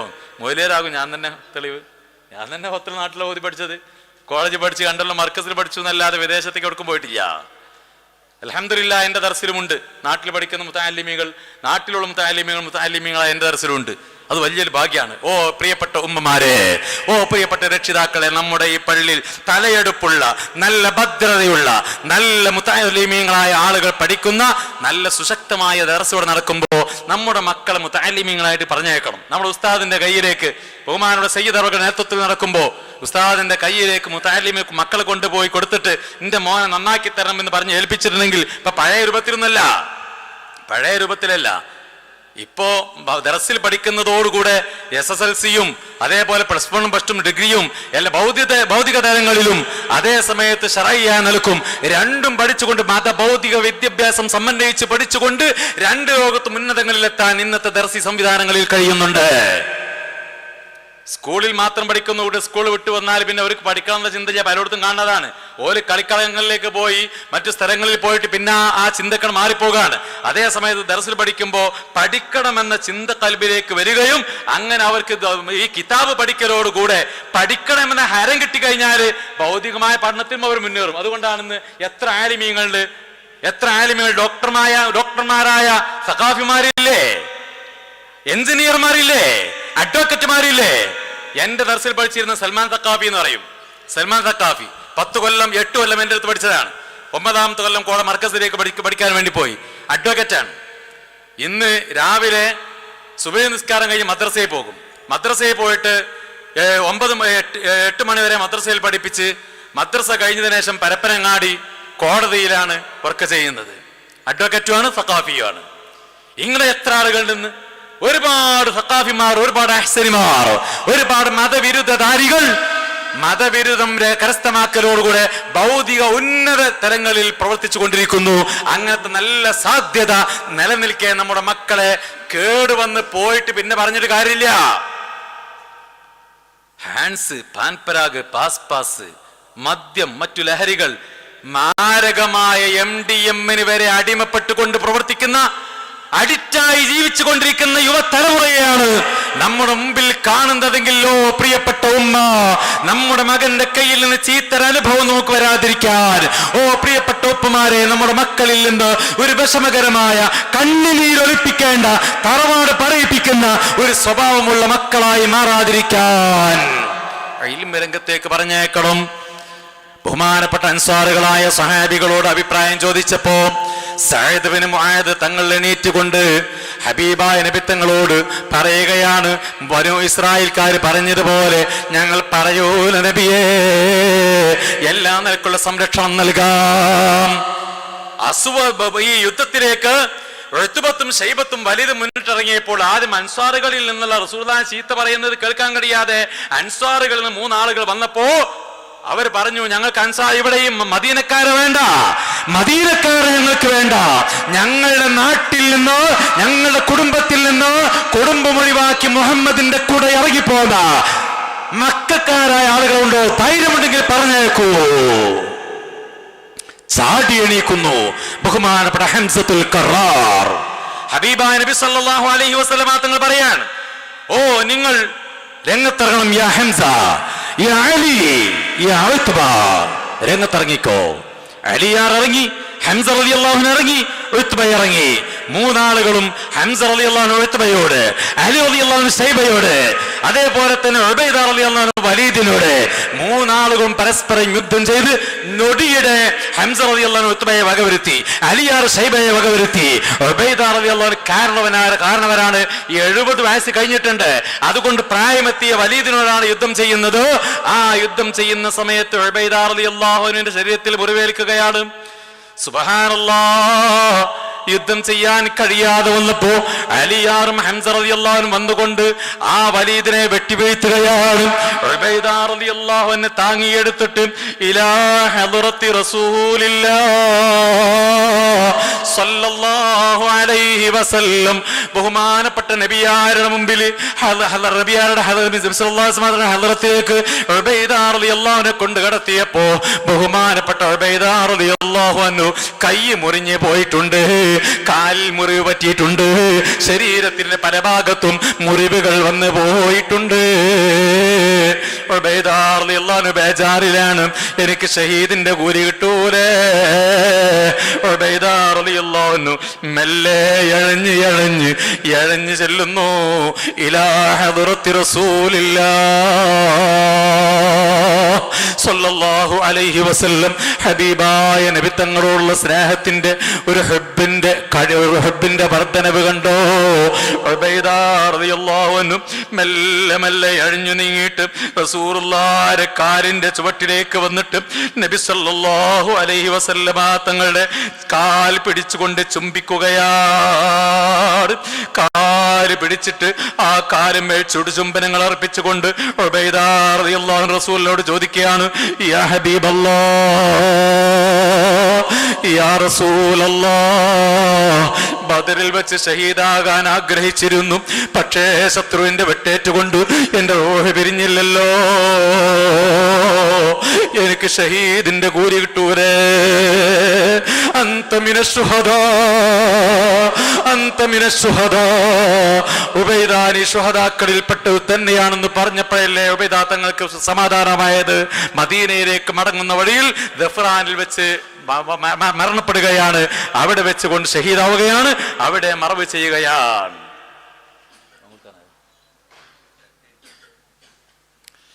ഇൻഷാ അല്ലാഹ് ബദറിന്റെ ചരിത്രം പറയുകയാണെങ്കിൽ ഒരുപാട് പറയാനുണ്ട്, സമയമില്ലാത്തത് കൊണ്ട് ഇൻഷാ അല്ലാഹ് അവസാനിപ്പിക്കുകയാണ്. ഉബൈദ റളിയല്ലാഹു അൻഹു വഴി അവിടെ വെച്ചുകൊണ്ട് ഷഹീദാവുകയും അവിടെ മറവുകയും ചെയ്യുന്നു. പിന്നീട് കൂട്ടമായി യുദ്ധം നടക്കുന്നു, മലക്കുകൾ ഇറങ്ങുന്നു, സഹായിക്കുന്നു. ആ ശത്രുക്കൾ ആ അമ്പെ പരാജയപ്പെട്ടു പോകുന്നു. സ്വഹാബിമാർ മുത്തനബി സല്ലല്ലാഹു അലൈഹി വസല്ലം തങ്ങളുടെ ബദരീങ്ങൾ അതാ വിജയിക്കുകയും ചെയ്യുന്നു. ആ ബദരീങ്ങളുടെ കാവലും സഹായവും എന്നും അല്ലാഹു തആല നമുക്ക് നിലനിർത്തി തരുമാറാകട്ടെ. അല്ലാഹു തആല ബദരീങ്ങളുടെ ബറക്കത്ത് കൊണ്ട് നമുക്ക് കാമിലായ ഈമാൻ അല്ലാഹു നൽകുമാറാകട്ടെ. മുത്തഖീങ്ങളിൽ, മുവഫഖീങ്ങളിൽ, മുത്തത്ഹിരീങ്ങളിൽ, തവ്വാബീങ്ങളിൽ, ഇരുലോക ഫായിസികളിൽ നമ്മെയും മാതാപിതാക്കൾ, ഉസ്താദ് ബന്ധപ്പെട്ട എല്ലാവരെയും അല്ലാഹു ഉൾപ്പെടുത്തി അനുഗ്രഹിക്കുമാറാകട്ടെ എന്ന് ദുആ ചെയ്ത് വആഖിറു ദഅവാനാ അനിൽ ഹംദുലില്ലാഹി റബ്ബിൽ ആലമീൻ. അസ്സലാമു അലൈക്കും വറഹ്മത്തുള്ളാഹി വബറകാതുഹു.